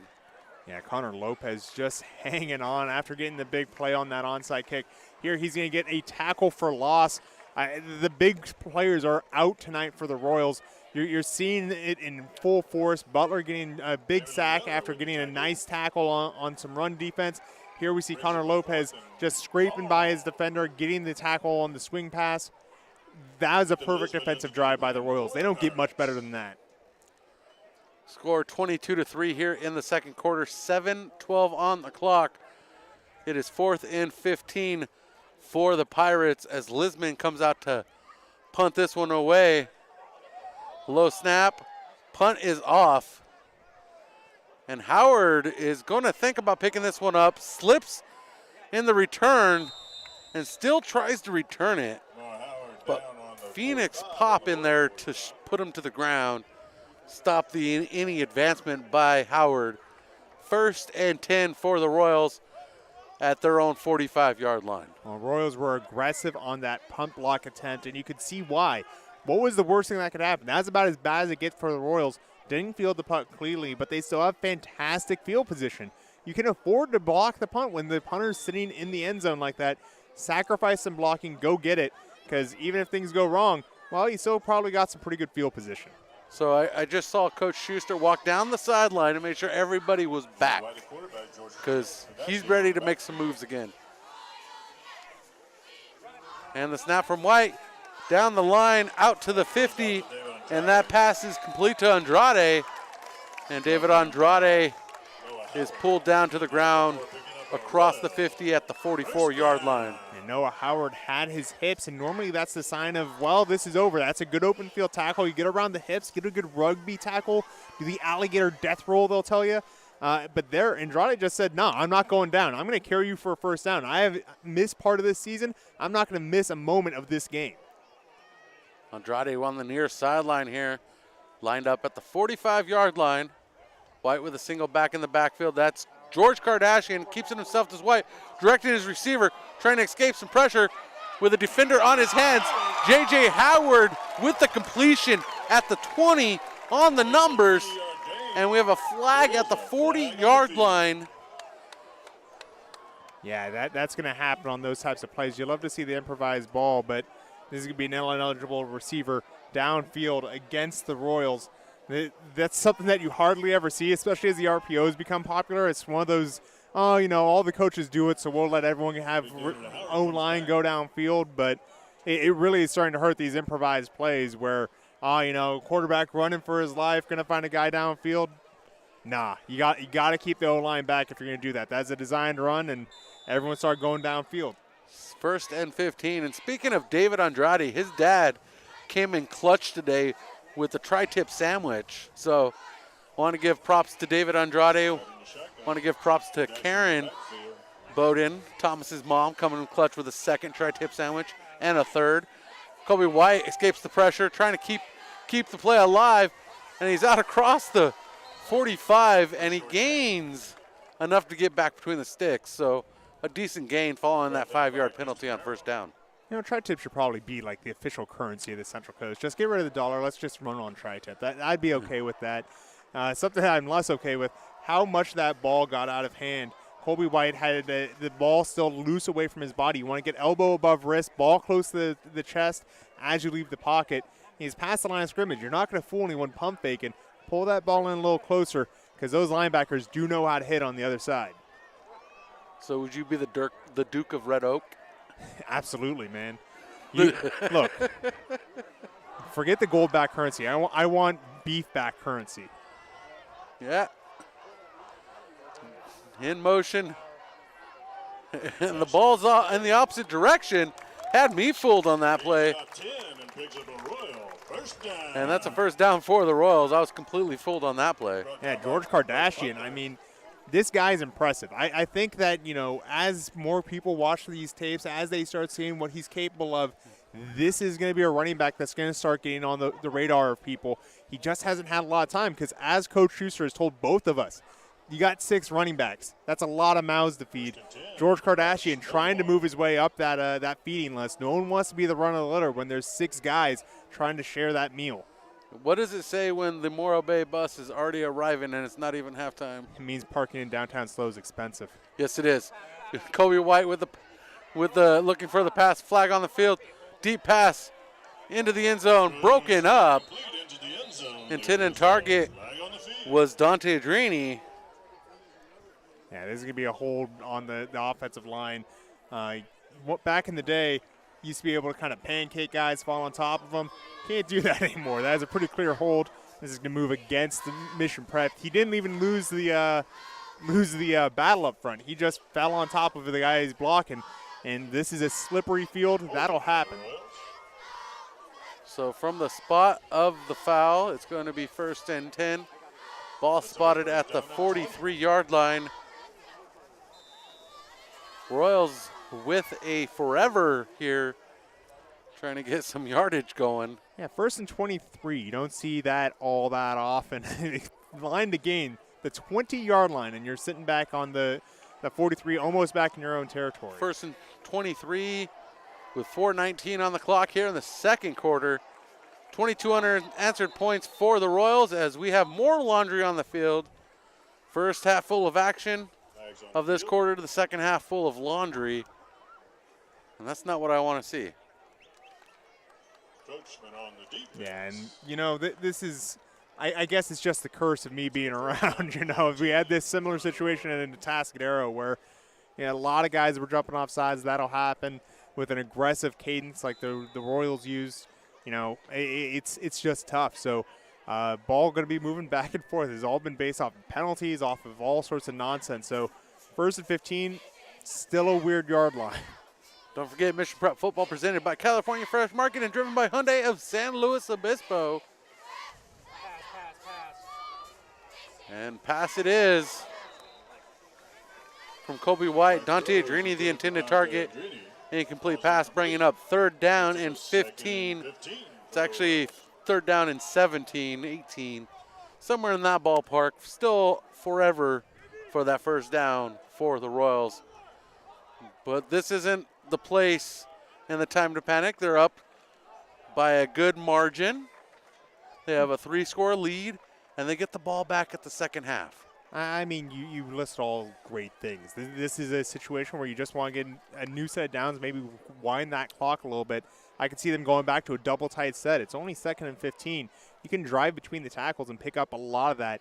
Worst case scenario, you get down close to the 20. You know Susank has quite a leg on him. You could really get a chance for a field goal here. So, in fact, they are back into 22 personnel. Sorry? 2nd and 15. I thought it was 3rd. Little off. Down the line, J.J. Howard catches this one on the left side, and he's got some space in front of him, and he avoids the shoestring tackle, stays in bounds, and that is a touchdown. Mission Prep, a 38-yard touchdown pass from White to Howard. You know, it's the punch that you don't see coming that knocks you out. This is the punch that the Pirates didn't see coming. 22 personnel comes in. That's 2 running backs, 2 tight ends.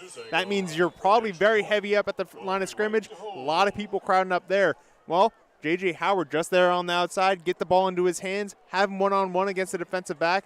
J.J. Howard wins the battle and just gets into the end zone. That's the knockout punch, the one they didn't see coming.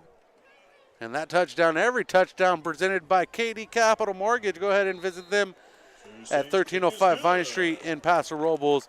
Give them a call, 805-226-5550. Or visit them online at kdcapmtg.com.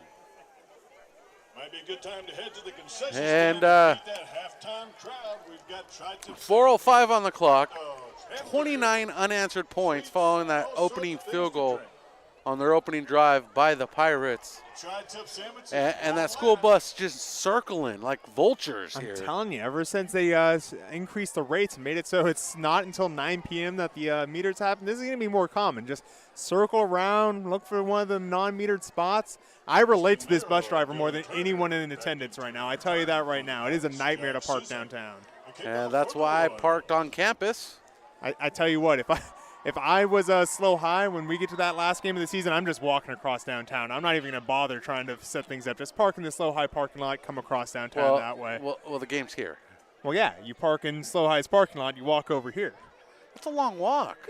Yeah, but, you know, fresh air, and plus there's nowhere else to park. Free parking, man. It's gold.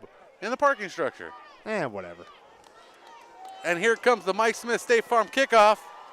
And that one's a bullet into the end zone, and Merrill just watches it sail through the end zone. That one doesn't even take many bounces to get out of the end zone. I mean, it is right on target to hit Grant Callahan there from the looks of it. As those beautiful portraits from Owen, Maine back there decorating the stadium for homecoming. If you missed the pregame, we videoed the entire homecoming ceremony. You can be sure to catch that on the archive if you missed it. Yeah, wait till the game is over and catch the replay. We don't want you jumping backwards and missing the action now. Absolutely not. It's a beautiful ceremony, and we got some great sponsors, so a lot of stuff to watch when we get to halftime. Stay tuned for post-game. Mama Leah's Pizzeria player of the game to be announced. Pass over the middle. Johnson to Turner, and Turner unable to get his paws on it. just a little out of the reach. Well, and the thing that's got to be frustrating for the Pirates right now is they've shown that this offense can succeed against this defense, right? Yes. There's just some gears that are slipping right now. You just need them to reconnect, and this offense is going to get back into motion, get back into high gear. That first drive was beautiful. Second drive was still very good. But then things started to fall apart, and this is how things fall apart. Balls bounce off of hands, missed blocking assignments. That small things like that lead to big consequences. 4 minutes to go until the break. Johnson in the backfield, single back with him, 2 receivers to each side, trying to get the defense to jump. Turner with it once again, and Turner is pulled to the ground by a bunch of defenders, but he actually isn't pulled to the ground, still stays on his feet. Stops the forward progress to the Pirates, to the Royals, stopping the Pirates, and we have a flag on the field. Here's the call. Well, there's going to be a little bit of a discussion here because there is a little bit of a fracas. When you have plays that extend that long, running backs pushing the pile forward, you can get some extracurriculars going on, and this is going to be a hold against, or personal foul against the Pirates. And so that's probably what happened. Some guys didn't like the liberties that are being taken with Dylan Turner on that play, and said some things or did some things, and that'll cost you some things, in this case yards. And that results in a penalty from the spot. So it's going to be a 3-yard pickup following a 15-yard penalty. And the yellow vulture is circling again. I tell you what, I like the tenacity that Dylan Turner showed on that play. A play after the ball bounces off his hands, he gets the ball into his gut and just drives forward, tries to take the pile with him. But this is a situation where the Royals O-line has to be standing up for him. He can't be doing it on his own. It's up to the offensive line for the Pirates to make something happen, because Dylan Turner's showing, I'm willing to put it on the line, and you can't make that happen after the play. And I believe that's what happened there. Some guys said some things after the play was done. Exactly. I agree with you there. Turner's been working hard. Johnson's been working hard. Morrell's been working hard. Not a lot of help from the line. The line needs to step up. Trips to his right. Single receiver to his left. Johnson getting closed in on, and Ryan Ade making that one, and Jacob Butler coming in to help clean up the work. Day and Butler just combining there on the left side of the line for the defense, right side of the line for the offense. That's usually the side of the line that you say, all right, this is the run side, so maybe it makes sense that that's where the pass attack's coming from. But really, just been extremely successful with Butler and Ade getting that penetration, owning that battle. A couple weeks ago was against the Greyhounds with Broyles and Taco winning on the right side. Now it's the left side of the line getting it done. You love to see the shift. As we get a change in the line with the punt unit coming out, Lisman ready to punt this one away. J.J. Howard ready to return it. The news, the bus update, the bus has found a parking spot on the Pomo Street. So no meters on the Pomo Street. Is he leaving again? Oh, no, it's parking. It's parking. And here's the punt. Lisman gets a good punt off, and it stalls out. And Luke Terry almost gets caught on the bounce as he does a little bobbing and weaving like Muhammad Ali to get away from that one, because it bounced it went to bounce towards his back, avoiding the contact. It's going to be 1st and 10 for the Royals from the Pirates' 39-yard line. Well, with 2:31 left, this is where you start looking, hey, we got to milk as much of this clock as possible. I know that you're up in this game. I know that you want to do the best, but not only is it good practice, but also it's going to kind of exhaust out this defense and exhaust out the Pirates a little bit further and make it so when they come back, that could be a nail in the coffin. This is a powerful offense right now. They need to finish, and they need to finish with as little time on the clock as possible. Jacob Butler, the fullback, Sue Sink, the halfback, and he takes the carry, and he gains 11 yards. That's a first down for the Royals. They're moving the sticks as Kobe White comes to the sideline to get the next play. Royals inside the 30-yard line, ball spotted at the 29. Clock continue to run, 2:15 now. Well, and look at how he was doing it. He was jogging over. They know that the idea here, Take your time. Don't rush it. I mean, this is Halloween, right? Who are the scariest villains? The ones that keep reappearing, the ones that are slow and notorious. It's not the fast attack that you need right here. You need to be like Jason Voorhees, just taking your time, showing back up, and grinding down this defense. Under center is White. Two backs in the backfield with him, looking to pass to the right side, looking for Andrade. Andrade trying to do the behind-the-back catch on Noah Howard, but Howard in on the coverage. Brings up a 2nd and 10. No flag. And a great no flag there, actually. I'd say Andrade began the push. He had a little bit of a push off there and then tried to recombine. Even though Noah Howard wasn't playing the ball, he was playing Andrade. He was just responding to the contact. So when you've got contact on both sides, a lot of times they won't throw that flag. I think that's a good no throw there. That incomplete pass stops the clock. 1:42, second quarter. 29-3 is our score. Jack Susank in the backfield. He is the homecoming king. Has a lot of accolades under his belt. 2-star athlete, homecoming king, president of his class. And up the middle again. Down by several Pirates, including Sean Schaefer. I mean, he's also going to be a guy that's be taking home a lot of postseason awards this season. You look at the leadership he displays. You look at his GPA. You look at how many yards he gets. Every single aspect, there's a lot of work behind that, and it's showing every week. Jack Susank is an exemplary player of this Royals team, and he's showing every day with his leadership by example why people are calling on him from around the nation. And he's already committed to Pomona Spitzer to play football. And his fullback is Jacob Butler. And takes the handoff right behind Butler, and he gains enough for the first down. And that puts the Royals into the red zone with 45.4 seconds on the clock. Well, and the clock's going to stop momentarily while they move the chains and reset. So a little bit of a hurry here. They, for some reason, don't want to burn a timeout. They've still got all three, but just doing a good job managing this clock, getting back in quickly, getting this play call, trying to get one last score before calling it. They milked this clock perfectly. Well, situational offense, you know, when you don't have timeouts and you're driving down the field, you know, this type of offense you would have going. 30 seconds on the clock. Pass. Andrade just out of his fingertips. One more step and he would have had it. And another one of those that's a good incompletion to throw for Colby White. He threw it where only the wide receiver could catch it. It's a little bit outside of the exact basket for Andrade, but still a safe location. You don't want to turn the ball over here. Worst case scenario, if you throw it away from the wide receiver there, hey, you're going to have an incomplete pass, stop the clock, get another chance on second down. Perfect situational awareness by the quarterback. White just doing a good job throwing that ball and giving his wide receiver a chance to get it. 25.6 seconds till the break. 29-3 our score. 2nd and 10 for the Royals. Ball spotted at the 13-yard line. Another pass, hierarchying into the corner. And trying to pull this one in was Andrade. And there is some laundry on this one. Yeah, this is one where absolutely no contact by Andrade. Noah Howard, the corner out on the island with him, just takes him out. This is one that you might be okay if you're the defensive coordinator for the Pirates, because the other option, you give him a clean look at the catch and you allow a touchdown.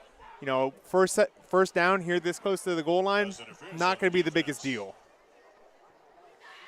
So that gives them a fresh set of downs, 21.2 seconds.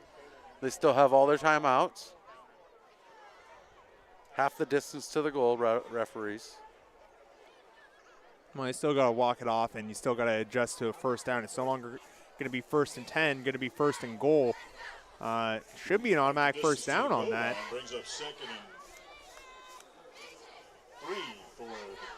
Guess they're going to keep it 2nd down. Okay. 2nd down and a long 3 for the Royals here. Under center is White. And rolling out on the keeper. And he's going to go out of bounds. And he gains enough for the first down to Kobe White. That ball touched before he went out of bounds. There's going to be a timeout here called by David Schuster to conserve the last ticks of this clock. They want a touchdown to finish this half, and they're pushing to get it. Had to burn that timeout as White just touched the ground before rolling out of bounds. And with 8.2 ticks on the clock, Schuster and Terry meet at the 20-yard line on the 20 with their squad to discuss this one. What do you think they're saying down there? Well, they're just reviewing the situation. You know, you're not far from the end zone. About 8.2 seconds left. Here's what we're going to do. Here's why we're doing it. Here's what the key points of emphasis. So if we're running a power, you're telling your guards, when we get out there, you got to turn and really get upfield. Can't hesitate. You got to take that quick pull step and get upfield because there's not a lot of room, and the defense is going to be really aggressive here. You're just emphasizing those key points on whatever play you're doing. You're looking at the players that you're going to be watching upstairs, the one that you're going to be watching the film with, and you're telling them exactly, hey, here's what I want to see from you. This is maybe a far-gone game here, but as it stands right now, they could be on the road to a team like Edison in D2 come playoffs. This is where that's going to start counting. So when you start looking at those Fresno and Bakersfield teams, that Mission Prep's keeping an eye on as they watch their rankings through the end of this season. Now, I thought he had enough for that first down, but they gave him a 3rd and 1 now. So they've added 0.8 ticks to the clock, 9 seconds on the clock. Clock has been adjusted to 9 seconds left in the half. So we got a little bit more time here for the Royals. It's 3rd and 1. The ball is spotted at the 5-yard line. At the 4-yard line. Just short of the 3. White is under center. Susank in the backfield. Susank in the backfield. He takes the pitch. Got a big block from Alalim. He's pushing to the outside, trying to get to the first down. He makes the dive. He gets the touchdown. Jack Susank in for the 4-yard touchdown, Royals. And exactly like you said, I mean, all of the big plays were off to the left, pushing the ball to the left. So that leaves you on the left hash mark. So much room on the right side that Jack Susank knows he just has to get the ball in his hand, get that big pitch out, and win the race to the pylon. What a run by Jack Susank, getting that touchdown there. Royals up big in this game. 4-yard carry can make Jack Susank the Mama Leah's Pizzeria player of the game as he comes in to clean up his own work. Alalim was chasing the big bodies down to the corner, trying to give room for Jack Susank to get in. 36. And 36 unanswered points. I'm adding too many here. And hopefully they keep this one in play and let us go to half.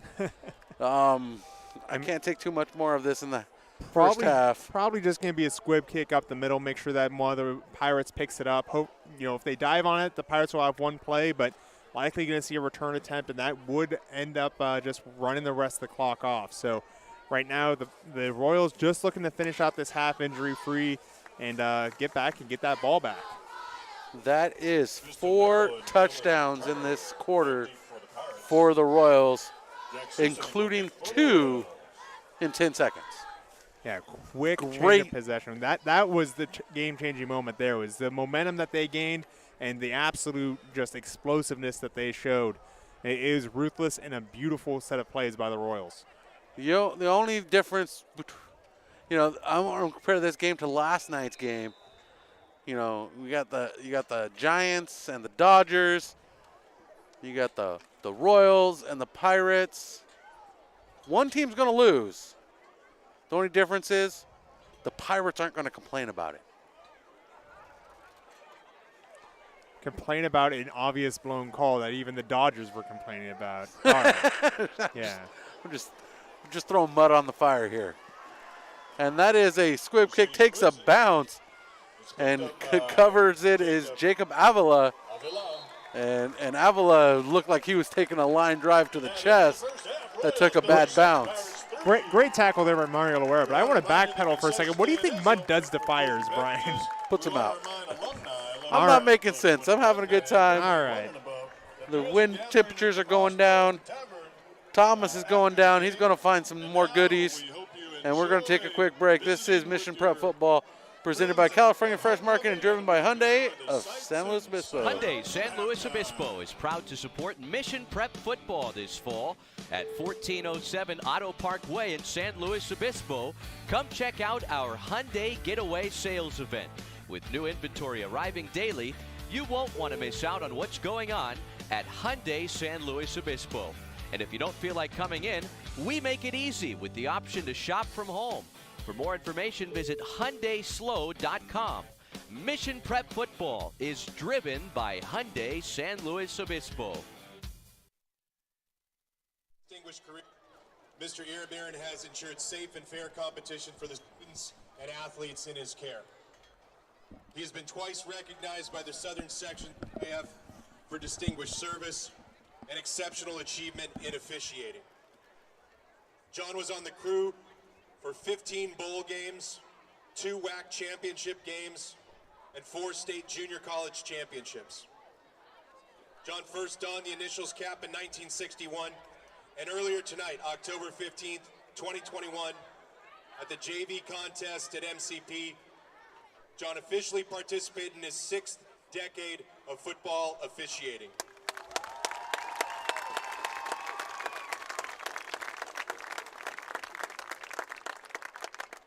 John remains a fixture at high school football games, especially Mission College Prep, but along the entire Central Coast, and he currently still serves as an evaluator and mentor for officials in our area. As a longtime coach myself, I can personally attest that high school athletics is not possible without the tremendous dedication of our officials, and it does not thrive without their exceptional care and love of both the game and of our student athletes. Thank you, John, for all that you've done in the service to MCP and our entire state. And it's my privilege to present you with this commemorative plaque for your 6 decades of service and officiating.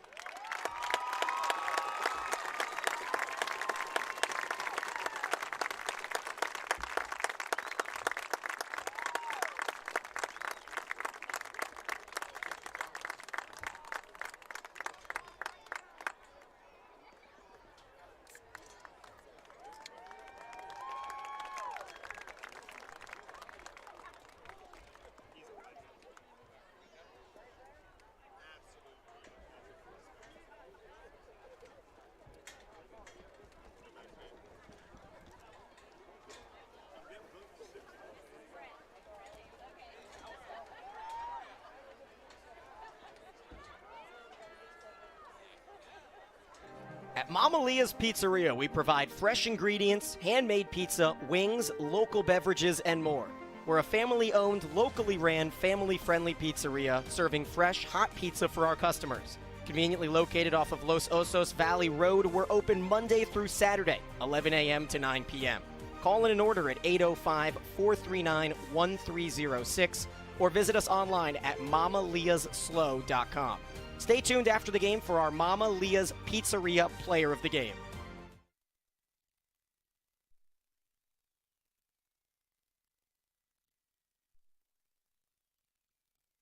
Old San Luis Barbecue, a proud supporter of Mission Prep Royals football in the 2021 season, established in 2010.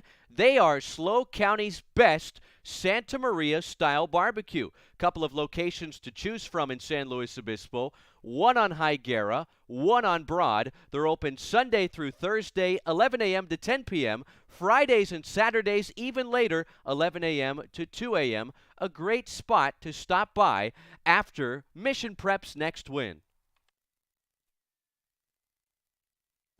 Hey, Zach, I'm having a get-together this weekend. Do you know where I might be able to find some of the best USDA choice and prime meats on the Central Coast? Have you tried California Fresh Market? Yeah, but I also need to go somewhere with organic produce. California Fresh Market has that too. Okay. What are you going to tell me next? That they have a sushi bar, fresh salad bar, and full-service bakery? Look, I have a feeling we're going to be here for a while. Check out California Fresh Market in Pismo Beach and San Luis Obispo. They have you covered. A proud partner of Mission Prep Football. Slow Brew the Rock is home to a 30-barrel brew house, canning line, and tasting room. The Rock features a tap room restaurant, catering kitchen, and event space. The casual setting is centered around The Rock, with extensive landscaping, casual outdoor seating, and fire pits. The Rock boasts one of the largest venues in San Luis Obispo County for corporate functions, weddings, and other celebratory events. Open Tuesday through Sunday, noon to 8 p.m., it's the perfect pregame hangout spot before the next Mission Prep football game. Find us at 855 Aero Vista Place in SLO. Go Royals! Located in the Laguna Village Shopping Center, Grocery Outlet is proud to support Mission Prep football for the 2021 season. At Grocery Outlet, you'll find name brand groceries and farm fresh organic produce for 40 to 70% less than conventional grocery stores. Open 7 days a week, 7 a.m. to 10 p.m. We hope to see you soon at Grocery Outlet, a proud supporter of the Mission Prep Royals. Mission College Prep creates a culture of care and accountability in partnership with families to form women and men of scholarship, inspiration, and leadership in service to deeper life with God and deeper life with one another. Open enrollment begins September 1st. Apply online at missionprep.org by clicking the Apply Now tab. 99% of MCP seniors go directly to college. It's the only high school on the Central Coast to host SAT and ACT tests last year, with SAT, ACT, and AP scores exceeding state and national averages. 19 varsity sports, including esports. Come and experience the Mission College Prep difference by emailing enrollment at missionprep.org for more information. High school football fans, we know the weekend starts under the Friday night lights, and at Laguna Grill, we've got you covered on college football Saturdays and NFL Sundays this fall. Come by and enjoy a savory burger with our made-in-house patties, some awesome appetizers, and a cold one. While watching your favorite games, Laguna Grill, a proud sponsor of Mission Prep Football on PSN-TV.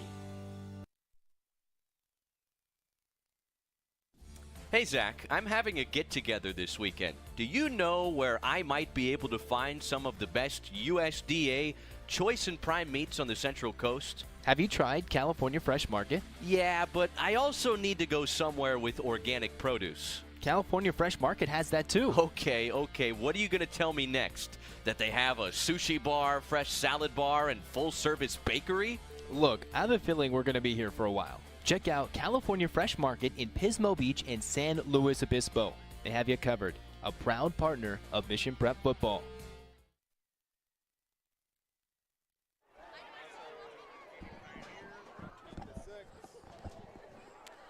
Welcome back to Mission Prep Football on Prep Sports Network, presented by California Fresh Market and driven by Hyundai of San Luis Obispo. We are looking for local scores right now from around the Central Coast. And Stephen, you have one right here from the mid-third quarter, right? Yeah, mid-third quarter, 13-6. Paso leading over Pioneer Valley. It's been a run-heavy attack between both teams, but still anyone's ball game. Halftime from Ragetti High School. The Ragetti Warriors lead the Arroyo Grande Eagles 28-17. And just going down the list, our score here from Royal Stadium on the campus of Mission College Prep, 36-3. I just love the glare. No, go back to that. I like that. Can we get a camera adjustment so we get the M up top? What happened? We'll see. Yeah, there we go. We're doing some adjustments on the fly. Here's a ranking score. St. Bonaventure 42, Calabasas 0. Oaks Christian over Westlake 10-0. Simi Valley 20-0 over Thousand Oaks. Plenty of goose eggs out there right now. Channel Island 17, Cabrillo nothing. Still looking for more scores. Madera is over Edison 27-0 here on our out-of-town scoreboard.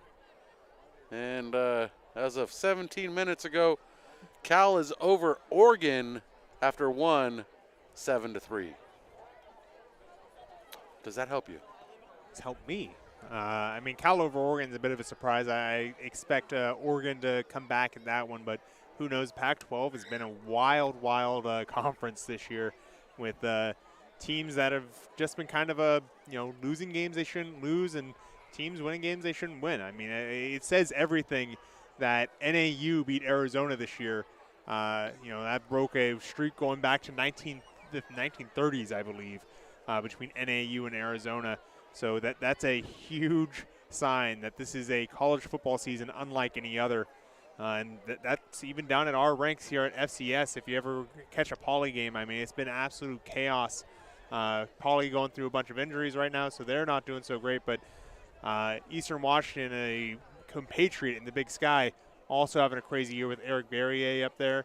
UC Davis is going to be coming to town, not this Saturday, but next Saturday. So a lot of good action for Cal Poly. You always catch us here on Friday nights, but on Saturday nights you can catch me and Zach Anderson-Yoxheimer on 1280, broadcasting all the Poly games going forward.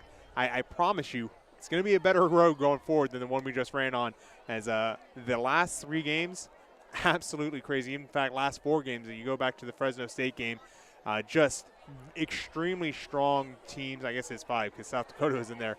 Very strong teams that have proven themselves to be strong against other teams. So Poly really looking to get back on the horse after this Davis game, as Davis, another ranked opponent, probably going to be a rough one, but who knows? Davis lost to NAU, so it's all open. A lot of excitement happening for the Mustangs this year.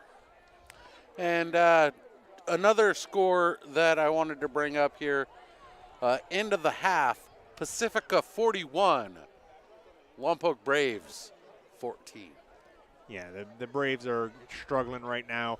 Andrew Jones having the biggest test of his coaching career since he signed on at Lompoc back in 2009. First time he's had a losing record since that first season. So it should tell you what a track record Andrew Jones has, and probably how eager they are to come join the Central Coast up here, because that conference they're in, much bigger cities. They're playing teams in Oxnard and Ventura as opposed to Santa Barbara and, Slow and Santa Maria. It's a huge difference when you talk the numbers game as you get closer to LA and then into LA, what Lompoc has to deal with in that southern section. So we're looking forward to them joining the central section here in just a small stretch of time. And as we check in with my alma mater, also the home, the school, Sonny Berkeley attends San Jose State. There you go. He's a member of the San Jose State Spartans football squad as a freshman. He's on the scout team. And currently the Spartans tonight, homecoming night, up at CEFCU Stadium, playing number 24 ranked San Diego State Aztecs. And with 12:28 in the second quarter to remain, our score there 0-0. So that's some good news as the Royals return to the field. Our score here is 36-3. 36 unanswered points for the Royals against the Pirates. And it all started with a 34-yard field goal by kicker Ethan Lisman for Morro Bay. And then the Royals went to work with Drew Harrigan, 22-yard run, followed by a conversion of the 2-point kind. And then we go with George Kardashian, 10-yard run to make it 15-3. That was at 9:35 in the second quarter.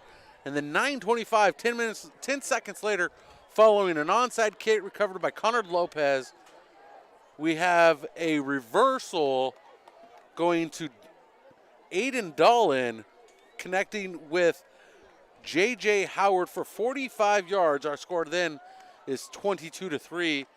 And then 4:05 in the second quarter, Colby White connects to J.J. Howard with a 38-yard touchdown pass, 29-3. And then Jack Susank with 22.9 seconds remaining, a 4-yard carry.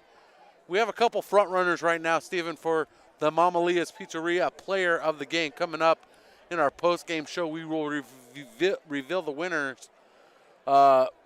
And the front runners right now are all previous winners. Jack Susank, Colby White, George Kardashian, J.J. Howard. The only one that's starting to make an impact here that hasn't made the list yet, and I'm gonna put him out there because he deserves some love, is Drew Harrigan. I think you're missing a player. How about Jacob Butler? Jacob Butler is on there too. He's Yeah, got a sack, some tackles for loss. Has been fantastic in the run game. Blocked for a pretty good touchdown there just a little bit ago out at that tight end position. I mean, Jacob Butler's been playing fantastic.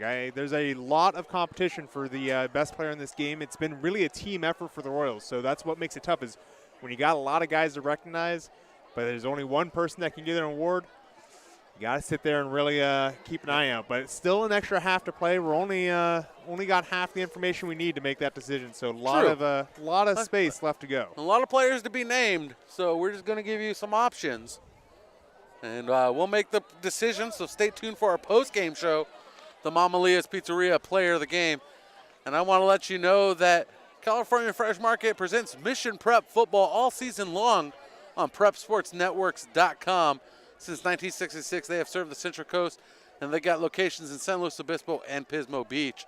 Open 6 a.m. to 10 p.m. daily. They are local, independent, and fresh. So coming up here, third quarter action. We got 3 minutes to continue. I'm going to do one more live read, knock a couple of these out. I've been talking about it all game long. That's Mama Leah's Pizzeria. They're a great place to get some pizza. They're open for a little bit while longer here. If you want to order some pizza, get it delivered while we watch the rest of the game, why don't you hit up Mama Leah's Pizzeria at 805-439-1306 or visit them at mamaleahsslo.com, MAMALEAHSSLO.com. And what do you think, Stephen? Should I order a pizza for post game? Yeah, why not? Okay. It's a great time to do so. We'll get our assistant Thomas on that to order us up a pizza from Mama Leah's. Hopefully they get my anchovies this time. Oh, you're a monster. Never anchovies on a pizza. Just like we got to look here and say, hey, never give up on a game, right? That's what's up against the Pirates right now. They looked very strong on the first two drives, and then the defense came alive for the Royals. That has been the difference so far. That's why the Royals were able to rattle off 36 straight points. It's not that the Pirates have really been slacking off. It's just been a lot of power up front by the Royals disrupting that game. So Pirates got to find those soft spots once again, find those free yards that they were getting to start the game on those two drives that led to that field goal early. For the Royals, really, everything's rolling the right direction. They're doing everything they need. They just got to keep that momentum up. The key is going to be eating that clock up so that those opportunities are few and far between. Talking football, there's a lot of different ways to track possession. You can go between number of plays and time of possession. For the Royals, they got to be looking at that time of possession.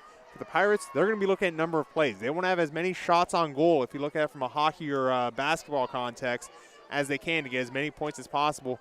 The longer the Royals have the ball, the fewer shots on goal the Pirates are going to get. The fewer chances they're going to have to bust off that big play to get him back into it. So that's going to be the game. What's going to win out?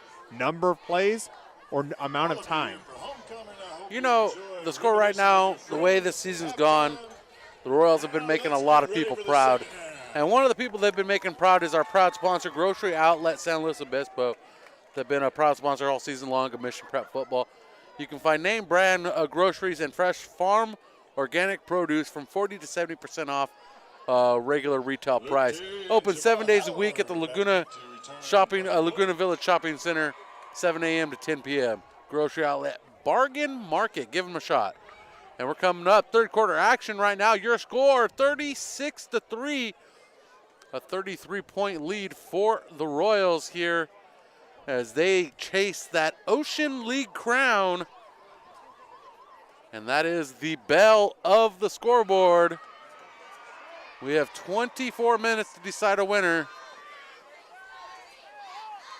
Do you think it's going to take all 24 minutes, or are we going to end up like a Wilder Fury fight and it's going to end early? We'll see. I haven't seen a football game end early in a while. And we have an onside kick attempt by the Pirates, and that doesn't go 10 yards. So we got laundry on the field, and it's going to be Royals' ball. So, yeah, it's going to be Royals' ball one way or the other. The problem is it doesn't go 10 yards. That automatically will give the ball to the Royals. Royals touched the ball first, so technically that makes it legal, but they jumped on it. So not a lot of chance for it to go the way the Pirates here. Was a clever idea to come out and try and get that onside kick, but didn't have the same zip on it that the Royals had when they went for the onside kick in the first half. And I always find it funny that some of the easiest calls take some of the longest huddles. Well, a lot of the easiest calls are easy because you have to go through a number of different circumstances. So, yeah, it's going to be a legal kick against the Pirates. However, this circumstance is, hey, who touched the ball first? How did it get there? What was the final result? Making sure that all of those criteria are met because, hey, you know, if it's a false start, for instance, one of the most straightforward ones, you jump before the other people, well, were you lined up correctly? Did the other team try and bait you offside? Were they simulating a snap count? Were they doing any number of things? I mean, hey, there's nothing simple about being a referee, but we do need more of them. So if you're interested in doing that, be sure to go check that out. It's actually a pretty rewarding profession. And just so you give you an update coming out of halftime, Busgate 2021, the bus is gone again. All right. Royals ball at the Pirates 48-yard line. And Susank with the carry. Nothing but green room in front of him. It's going to be a Susank touchdown and a Royals touchdown. And just like that, they're on the board 10 seconds into the quarter. And it's a Royals touchdown. And it's a Royal kind of night here at Royal Stadium. And that touchdown and every Mission Prep touchdown brought to you by KD Capital Mortgage. Go ahead and visit them at kdcapmtg.com.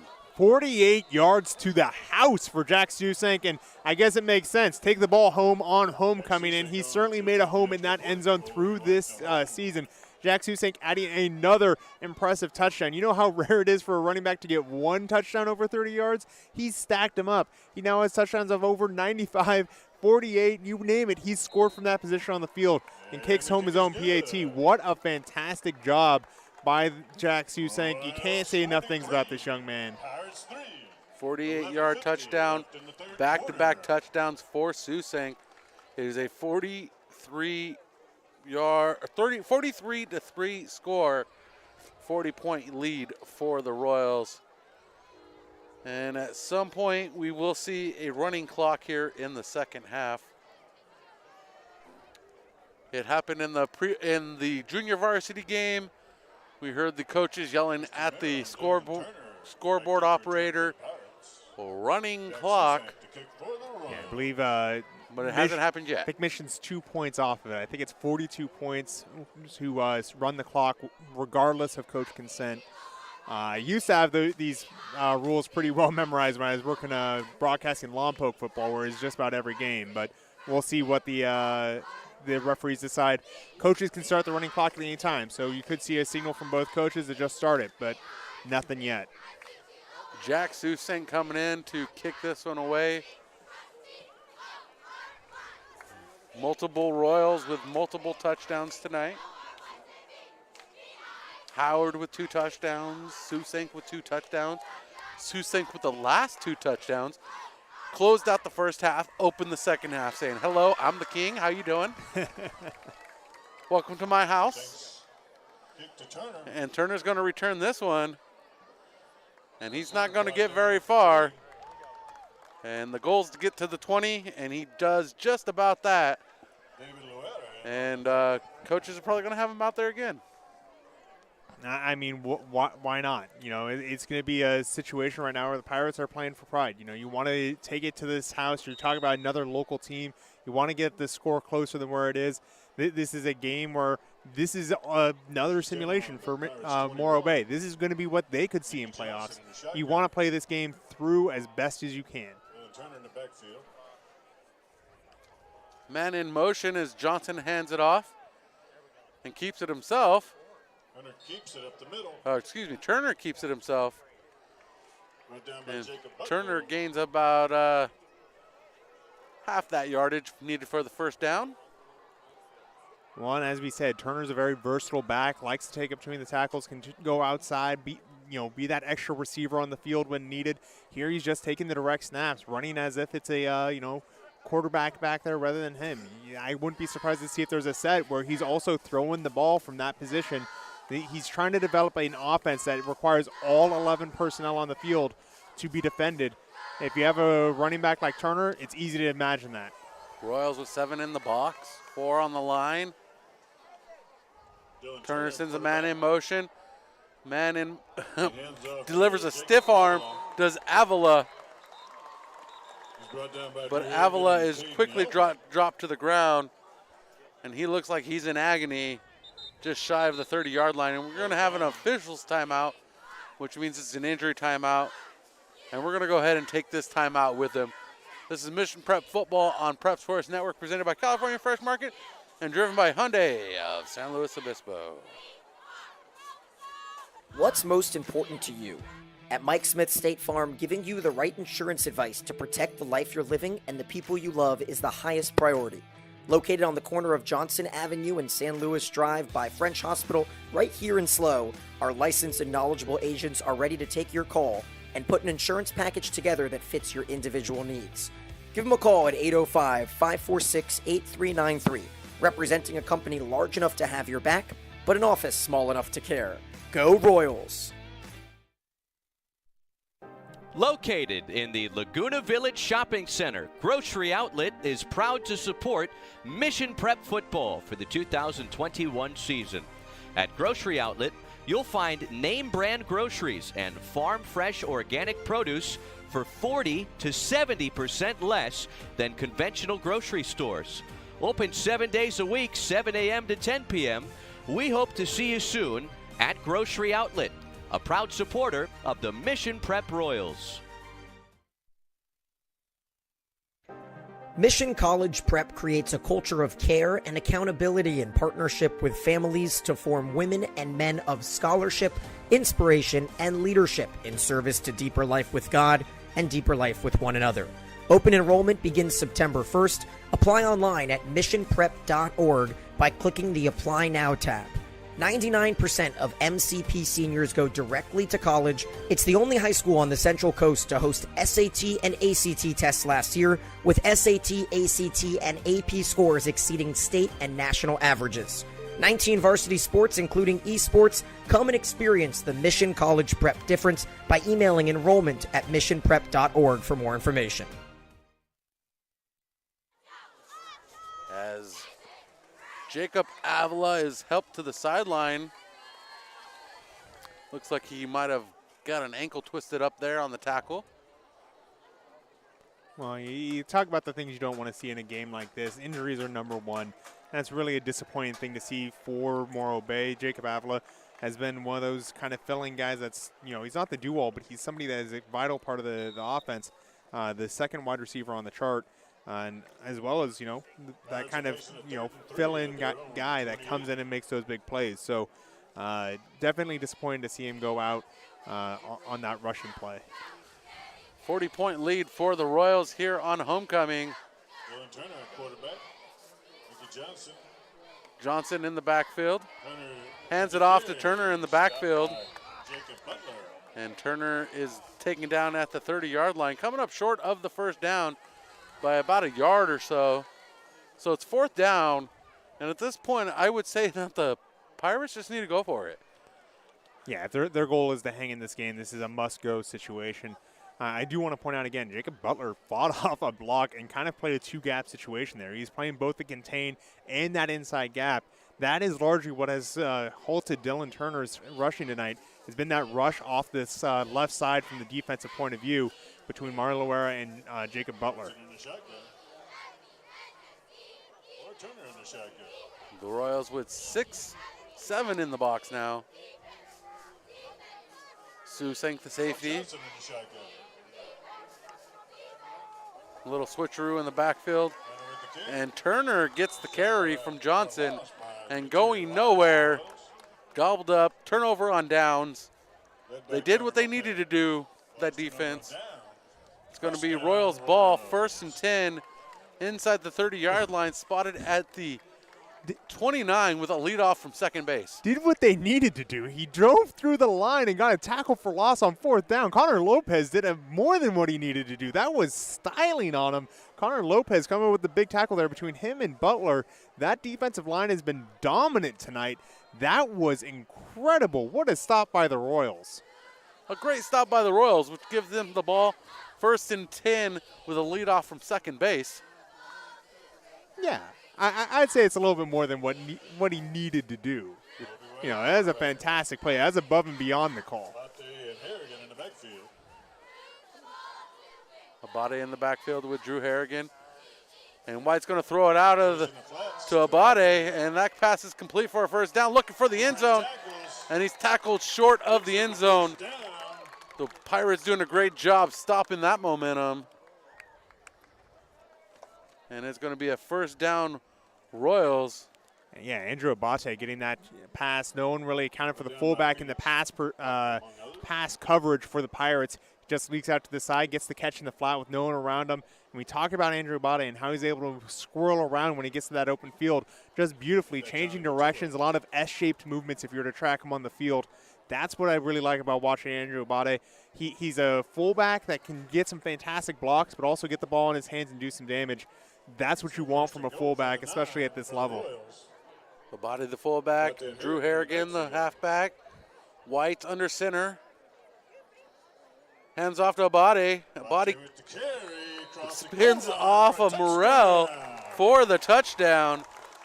And that 9-yard gain, that 9-yard run just continues to extend this lead for the Royals here. I tell you what, something I appreciate about Coach Schuster is his willingness to give the touchdown to the player that set it up. You're just going to the fullback trap for Andrew Abate, hands it off for a quick 9-yard gain into the end zone after he set himself up off a big reception. So just going back to the well, getting the ball back to the guy that deserves it. Andrew Abate's second touchdown of the year. And Michael Hanchett in to clean up the work this time. And Hanchett's kick's good. Our score is 50-3. Pirates trail by 47 in this Ocean League matchup. And I think it's safe to say we can start looking on the next week just a little bit as the Templeton Eagles come to town. The Royals are hosting them in their second of 3 home games to close out the regular season. Yeah, and you talk about Templeton, it's a team that can't be overlooked. Don Crow has a fantastic staff there that is just filled with coaching experience. They've really revolutionized how that team prepares for football. This is a down year compared to the last few years of Templeton football. However, it's a dangerous team as ever. We're going to catch that slow Templeton result before that game happens, but that could be the game that decides the victor for the Ocean League, because going into that game, Templeton was undefeated, beating both Morro Bay and Atascadero in their first 2 Ocean League contests. So we'll keep an eye out and see if we can get a final score between Templeton and San Luis Obispo to properly frame that game, as this one's reaching its twilight hour. No scoring updates yet. Channel Islands increased their lead over Cabrillo 23-0 in the third quarter. Closest scoring update I have, as Jack Suseng sends this one away into Napomo land, which is Napomo Street. Yeah, Suseng has had a number of touchbacks today. I still think his most impressive kick of the night, probably the one that bounced right at the one before sinking in, but after that, the onside kick that was exactly kicked. A dribbler that pops up, allowed for the conversion and the pickup by Connor Lopez that really set the Royals up to grab control of this game early in the second quarter. Absolutely dominant performance since that point. That kick, just beautiful. And Suseng showing it all night long. 1st and 10 for the Pirates. Pass to the left side. That pass is complete. And Howard, or Lisman pulling that one in. Correction on that, Lisman. And just so in case you didn't notice, Stephen, that is a running clock now. It is, and that like I said, they're one score off of it. It becomes mandatory by CIF rules once it's past 42 points. So not a chance of stopping this one at this point in the game. Really is for the health of the players, making sure going forward that these two teams stay healthy. I'm surprised it wasn't earlier in this game, to be quite honest with you. 7:52, the clock continues to run. Pass out of the backfield to Turner. Turner shakes one tackle, cannot shake the second as David Larrera pulls that one down. You know, we talk about the Luera twins a lot on this broadcast, and with good reason. They are both fantastic in their own right, and really where they shine as a team is on defense, the team aspect of the game, where you need as many players working in tandem as possible. Mario and David Luera going back-to-back on tackles, Mario getting one on the left, David getting one here on the right, as the two twins coming up big on this defensive series, pulling up a third down. Johnson trying to avoid pressure in the pocket. That pass completes to Lisman, and he gets enough for the first down, and he is chased out of bounds at the 41-yard line. Clock continues to spin. Right round. Here we're seeing where the Pirates really could have succeeded earlier in this game. They've had a few bursts and spurts of offense. Problem has been Butler has been so dominant at the point of attack. Really, if you're looking from the Royals' point of view, the left side of the line has been extremely dominant. That's not where you typically see the pass rush, because it's where the quarterback can see the rush coming. So the fact that he's been able to get that pressure, get those sacks, despite Nicky Johnson seeing him coming, very impressive. Johnson under pressure and going nowhere quickly, and as he's pulled down, as Isaac Townsend gets his big old paws on it and pulls him into the ground. Yeah, Nicky Johnson had a 5-step drop there. It was going to take a while for the wide receivers to get open, was trying something deep, and then gets pushed down in the pocket as it was Butler coming around on the left side. Then as that happens, Isaac Townsend beats his block and takes down Nicky Johnson while being defended by that tackle. You talk about Isaac Johnson, but Jake Butler. These guys are guys that have just been dominant attacking the offensive tackles for the Pirates all night long. Johnson taken to the ground once again, and the Butler did it. That's 2 for the Butler in the backfield with his big paws. Well, he's had tackles for losses. He's been attacking at the point of attack. He's taken people down while being blocked. Butler has been all over the place, and you talk about what the Butler used to do, what that last name you keep saying the Butler did. He was the head of the household servants that did everything, knew how to do every aspect of the house. Jacob Butler has shown that he can do every aspect of the defense, really been dominant along the trench. I can't stop saying great things about this guy. I mean, you talk about the success of the Royals, it starts and ends with this line. Between him, Taco, Royals, you go through the entire line, they're stacked. And that pass to Turner is complete. Turner's trying to get it back to the 50, and he comes up short of the 50-yard line, but picks up some good yardage following that sack by Butler in the backfield, or back-to-back sacks on Johnson in the backfield. Well, and that's what that play is designed to do. It's a middle screen. You're going to allow the defensive line to run past the offensive line, but then throw it over the top of the D-line to the running back while the offensive line goes and tackle block secondary players. Run to perfection, just a little bit short of the first down marker that they needed, but I tell you what, it's a good play call in that situation.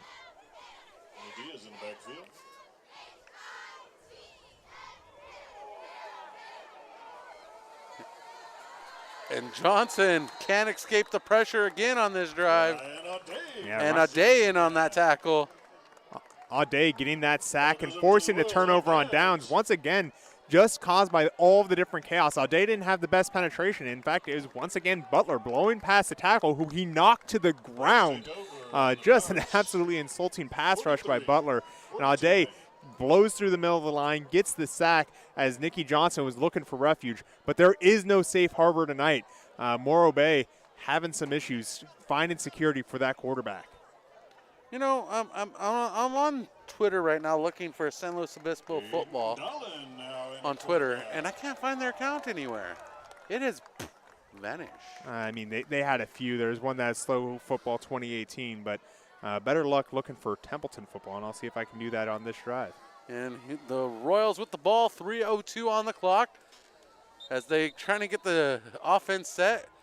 And Schuster's going to call a timeout rather than take the penalty, take a delay of game. So we're going to go ahead and take that timeout with them. Let's see what the Royals have geared up on this drive. Our score 50-3 here in the third quarter. Hyundai San Luis Obispo is proud to support Mission Prep football this fall at 1407 Auto Park Way in San Luis Obispo. Come check out our Hyundai Getaway Sales event. With new inventory arriving daily, you won't want to miss out on what's going on at Hyundai San Luis Obispo. And if you don't feel like coming in, we make it easy with the option to shop from home. For more information, visit HyundaiSlow.com. Mission Prep Football is driven by Hyundai San Luis Obispo.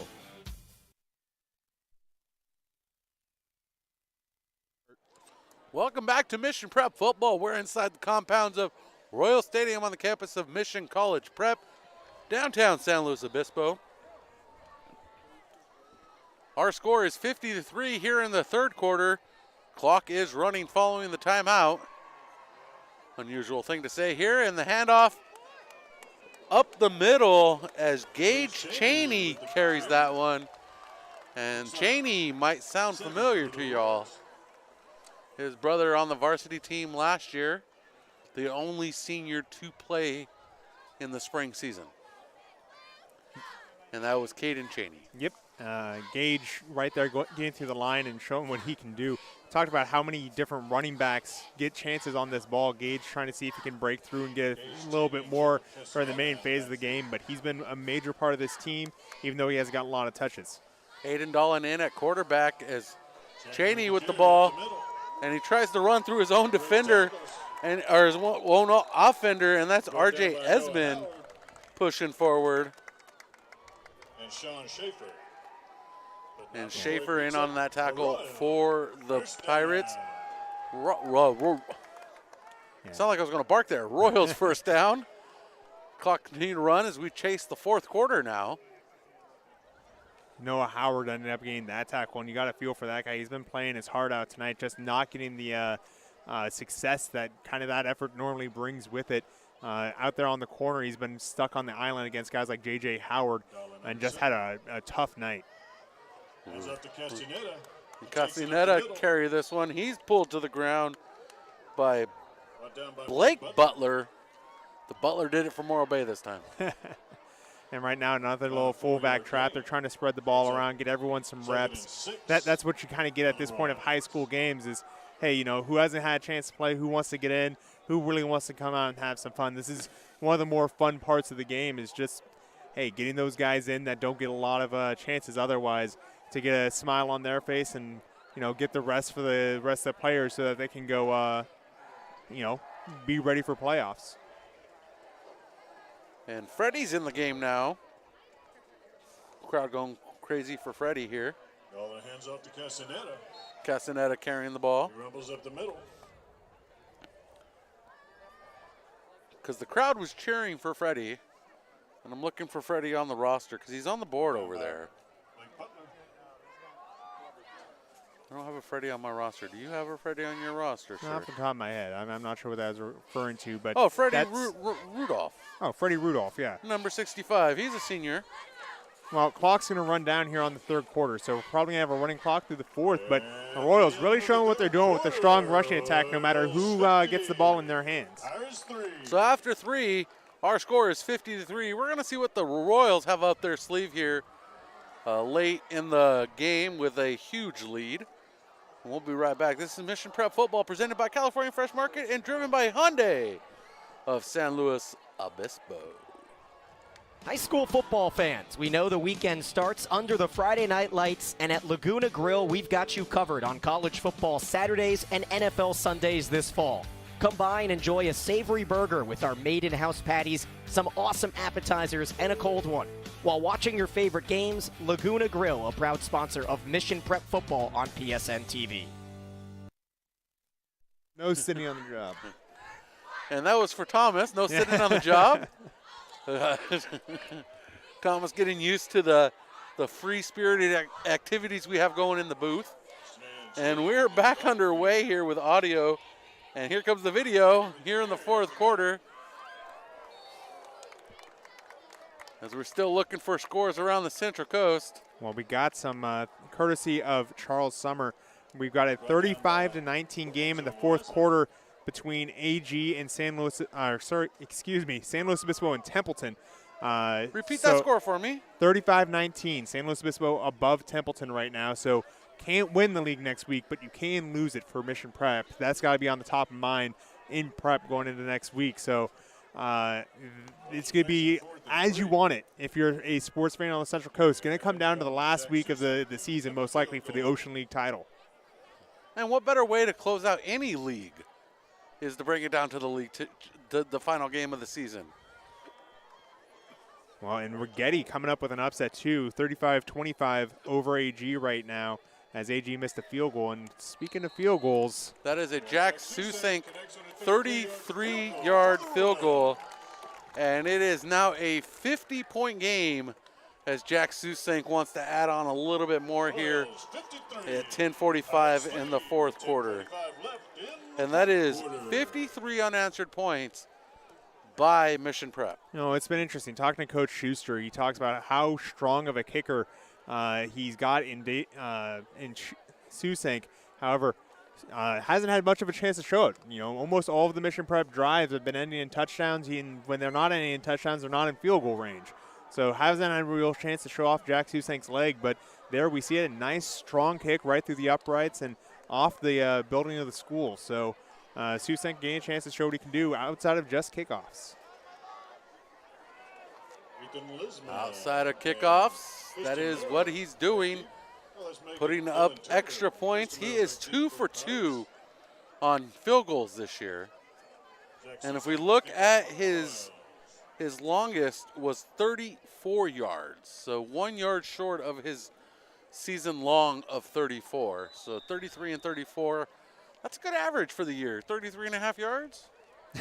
I mean, it's pretty good. Yeah, typically, you know, when you have a guy that kick out of the end zone, you can go even further. So I think the Royals feel confident with the fact that if they need it, they can go probably, I'd say Susink's limit's probably somewhere in the 40s if they really wanted to push for it in a game-winning situation. And I'm surprised with his leg that he hasn't gotten more looks earlier in his high school career at a D1 or Cal Poly level football programs. A body in on that tackle, pulling down Noah Howard to stop the play. One. Here it's going to be Morro Bay. You know, you always say, oh, what are you playing for at the end of the game? Oh, they're playing for pride, blah, blah, blah. They're not playing for pride. They're playing for one another. You know, scoring touchdowns is fun. Getting success in what you've worked on all week is fun. They want to see each other succeed. That's what Morro Bay is doing here. They're finding a way to play for one another. They're finding a way to get something out of this game because it has been tough sledding so far, largely because of this D-line just making their way through like the bullies that they are. Royals with 7 in the box, man in motion. That's Lisman. He takes the handoff, and the handoff is fumbled, but Turner keeps it, and he's taken down in the backfield for a loss. Another loss in the backfield for the Pirates. And another tackle for loss for Jacob Butler. We've been saying his name a lot tonight. We talk about the guys that make an impact. It's not just the people putting up points. It's the guys taking points off the board. Jacob Butler getting off the field now to get a rest. But, you know, one of the captains of the team, one of those guys that's not always getting the ball in his hands, but has made a huge impact in this game, keeping the Pirates stalled for most of this game. Fourth quarter, 9:11 on the clock. Johnson fires this one off to the right side. Lisman pulls it in, and he's inside the sticks. Not enough for a first down, picks up about 6 yards. And the clock continues to run. It is a 50-point lead. The Pirates were the first on the board with a field goal, a big 34-yard field goal by Lisman. Lisman was the last to touch the ball for the Pirates, and Ethan Lisman was the first to score in this game. Well, and you look at what a journey it's been since that 3-0 start for the Pirates, and it all comes down to the fact that the D-line really solidified after that first drive, and that has been the cause for the Royals' dominance. Johnson takes the snap. Johnson rolls out, and trying to make the sideline grab was Merrill, and incomplete. 4th and 9. 4th down and about a long 8, short 9. Yeah, I'd punt in this situation for Morro Bay. Just, you know, it's a tough spot. You're 4th and so long from here that you may as well just, you know, try and stretch the field a little bit.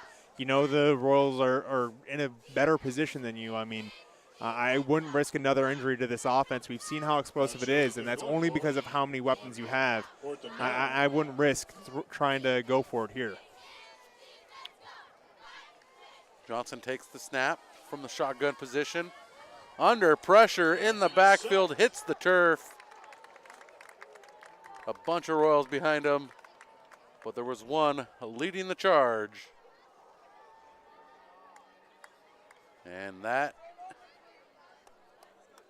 is Jaden Broyles. And Jaden Broyles gained the sack there, but you know, you talk about what you don't want to have happen in that situation. That's it. Having your quarterback take a sack in that situation. Luckily, it wasn't a big sack, wasn't a big, you know, free runner. Is someone that's tied up, but you're getting extra miles on Nicky Johnson that you probably don't need to be taken.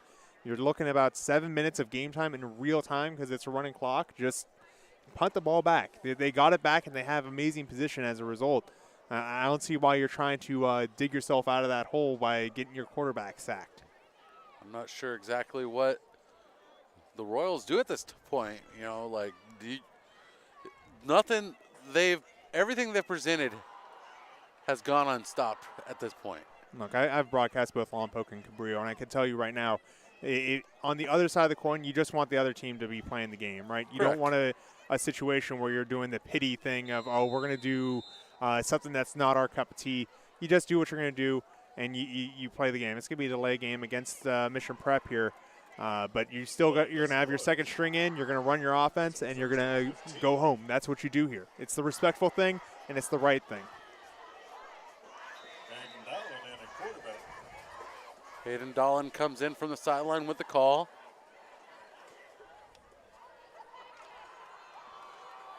Dolan center is Caleb Cajas.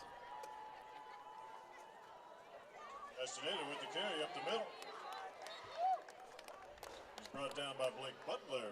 And short gain for the Royals. Yeah, Castaneda getting the handoff right up the middle. They've been using that fullback trap quite successfully here late in the game.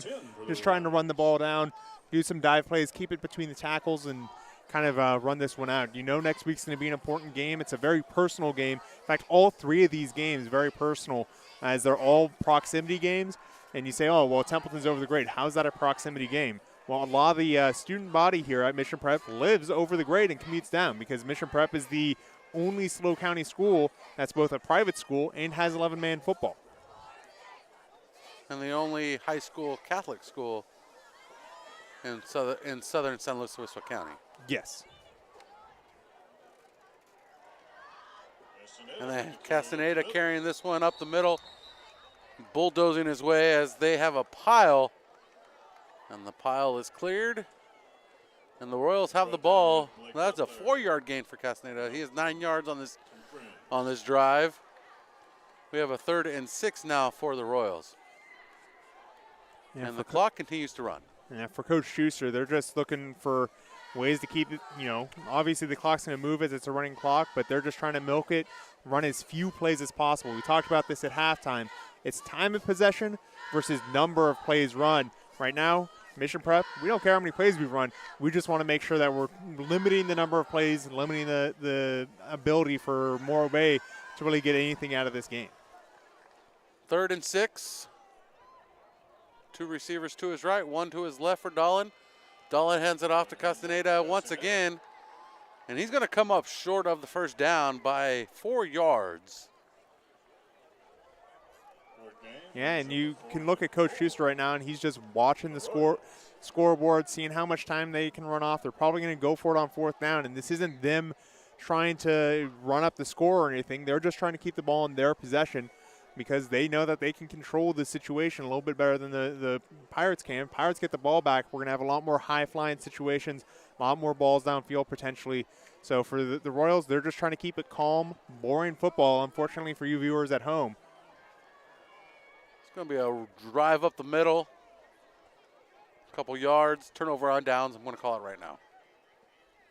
Let's see what happens. Castaneda. Oh, he gets loose. He's looking for the end zone. Wow.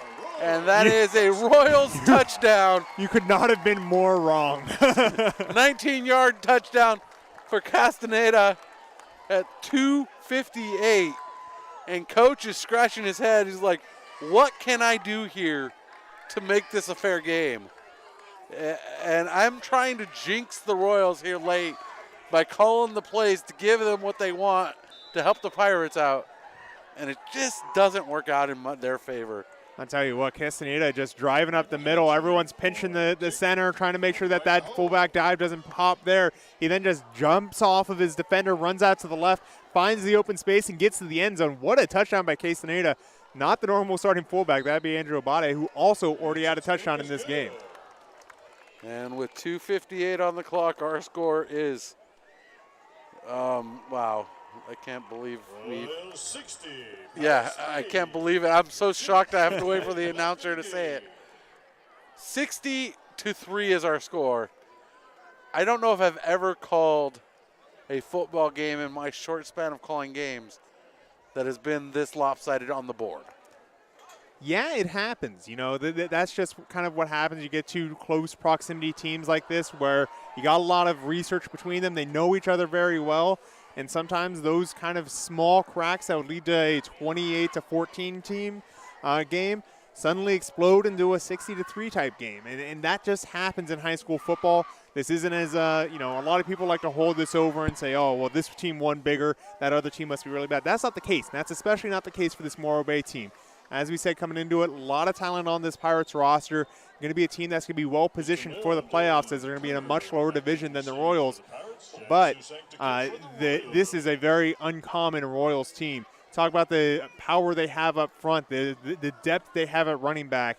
Those little differences piled up throughout the game. There's no real point where you can point at and say, hey, this game was going to blow up because of this one thing. But all of those little breaks went the Royals' ways tonight. And here comes the kickoff from Jack Susank. It's a squib kick on the ground. And Noah Howard is wickedly tackled to the ground by Gage Cheney. Cheney trying to make the highlight reel very quickly.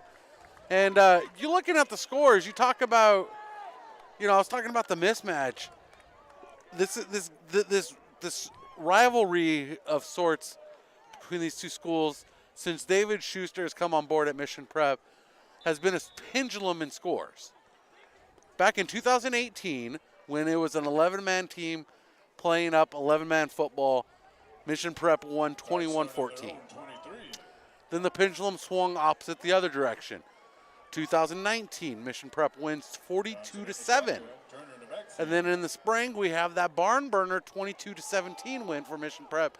And the ball's on the ground for Johnson, and he falls on it. And that is going to be second down. So the pendulum swung back the other way in a tight-knit game. And now we've had the pendulum swing back the opposite way again. And we have another blowout here. This is the least amount of points David Schuster team has allowed against Morro Bay. Well, you talk about, and that's exactly what I'm talking about. These teams haven't been that different under Coach Goose and Brown, right? They're not. It's not that big of a difference. The Royals have come up on top in all of them. They've generally been the better team in all of those games across the board. But as you said, it can blow up into a big game like this, or it can be a really close, 5-point affair. Just happened tonight, 60-3. That's how it crumbles. And Turner taken to the ground on a shoulder tackle by Dante Adrini. With 1:10 on the clock. A 57-point lead for Mission Prep here. I think it's safe to say they will improve to 7-0 on the year at this point in the game. Well, I 57 points in 55 seconds would be quite a feat, but I think you're right on that one. Mission Prep improves to 3-0 on the year. San Luis Obispo is on their way to winning to be improved to 3-0 on the year in Ocean League play as Johnson throws this one. Lisman able to get his hands on it, and that is going to bring up 4th down and 8 for the Pirates. And I think at this point you just go off the field. Yeah, they're lining up at midfield. This is going to be the game. They're going to let this roll off the clock with 20 seconds left. The play clock exceeds the game clock. So Royals going to extend their win streak another game and continue their march through the ocean and hoping for that league title as their next big test is Templeton at home next week. Going back to the spring 2021 season, the Royals are now on an 8-game winning streak, winning the season finale against Morro Bay on the coast in Morro Bay. And that win was 22-17. And now the Royals beat the Pirates once again to make it 8 in a row, 60-3 on the year, on the season. It is 7-0, 3-0 in the Ocean League. The Morro Bay Pirates fall to 3-5, 1-2 in the Ocean League. The Pirates host Santa Maria Saints next Friday at home in Morro Bay. And we're back here next week, Mission College Prep hosting the Templeton Eagles. And we have a special guest coming in next week, or so I'm told. So you're told. We'll leave that to be discovered next week. So come on back next week, find out our special guest coming from the college ranks. I mean, it'll probably be on Twitter somewhere. So keep an eye on Twitter as well. Be sure to follow the Prep SN on Twitter. That's where you're going to get all the updates on what's going on with the Prep Sports Network. And I think at this point we are very unanimous, even though we haven't talked about the player of the game. Are we unanimous? We are unanimous. Okay. We are unanimous, and I'm so unanimous that I'm going to let you name the player of the game. Oh, okay, good. Because I am so... That's the only way I feel comfortable with being unanimous. If whatever I say, you're just going to say, yes, that's what I was thinking. No, I agree with you. You've been plugging them all game long, and I'm 100% on board, so I'm going to let you describe his accolades tonight. Let me pull off this crystal ball here, and I see the letter C. It's a captain of the team. Yes. Next to 2 4s. 2 4s. I wonder who that is. That'd be Jacob Butler. The Butler did it this week. Coming off that defensive line, leading an incredibly impressive defensive performance for the entire team. Connor Lopez also was in my mind. That's why I was surprised when he said unanimous, because Connor Lopez picking up that onside kick and part of that big push up front that caused so much problem for the Pirates. But really, Butler coming away, multiple sack night, lots of tackles for loss, lots of tackles near the line of scrimmage, just as hard coming off that end position. So I've got Butler as the Mama Leah's Pizzeria MVP of the game. And I absolutely 100% agree with you, being our player of the game. If we look down the list, we have yet to repeat player of the game. And that just goes to say how much talent there is on this Mission Prep Royals team and how deep they are across the board. It's not just one guy that's carrying it. It's not just one pairing of people. It's a whole thing. This is a whole team. This is an uncommon situation that they've got here at Mission College Prep. And going down the list, Jack Susing, J.J. Howard, Tyler Garrett, Colby White, Caleb Alalim, George Kardashian last week, and now this week, Butler. Jacob Butler on the list. He is our player of the game. Next week, we are live here, Royal Stadium on the campus of Mission College Prep, downtown San Luis Obispo. We will have a slew of people in the booth. Chris Sylvester, I'm already giving it away. I was on board with you keeping it a secret. Yeah, I ruined it. We've got an all Division I college football broadcast next week. I'm going to be joining Chris Sylvester, both of us broadcasters for the Cal Poly Mustangs. You're not going to want to miss it. We're bringing college ranks down to the high school ranks. It's going to be beautiful. And I might actually be on a sideline reporting duties. There we go. I'm working on. We're going to find a place for you. I'm trying to figure out how to do that here. For Thomas Bowden, for Chris Sylvester, for Stephen Hodges, everybody here at Mission College Prep. It's homecoming. The Royals pick up the win. Jack Susank, our king tonight, and the sister of Brian Kowal coming home as queen, Miss Kowal. Queen Kowal, that is. There we go. So here it is, our final here from Mission College Prep, 60-3.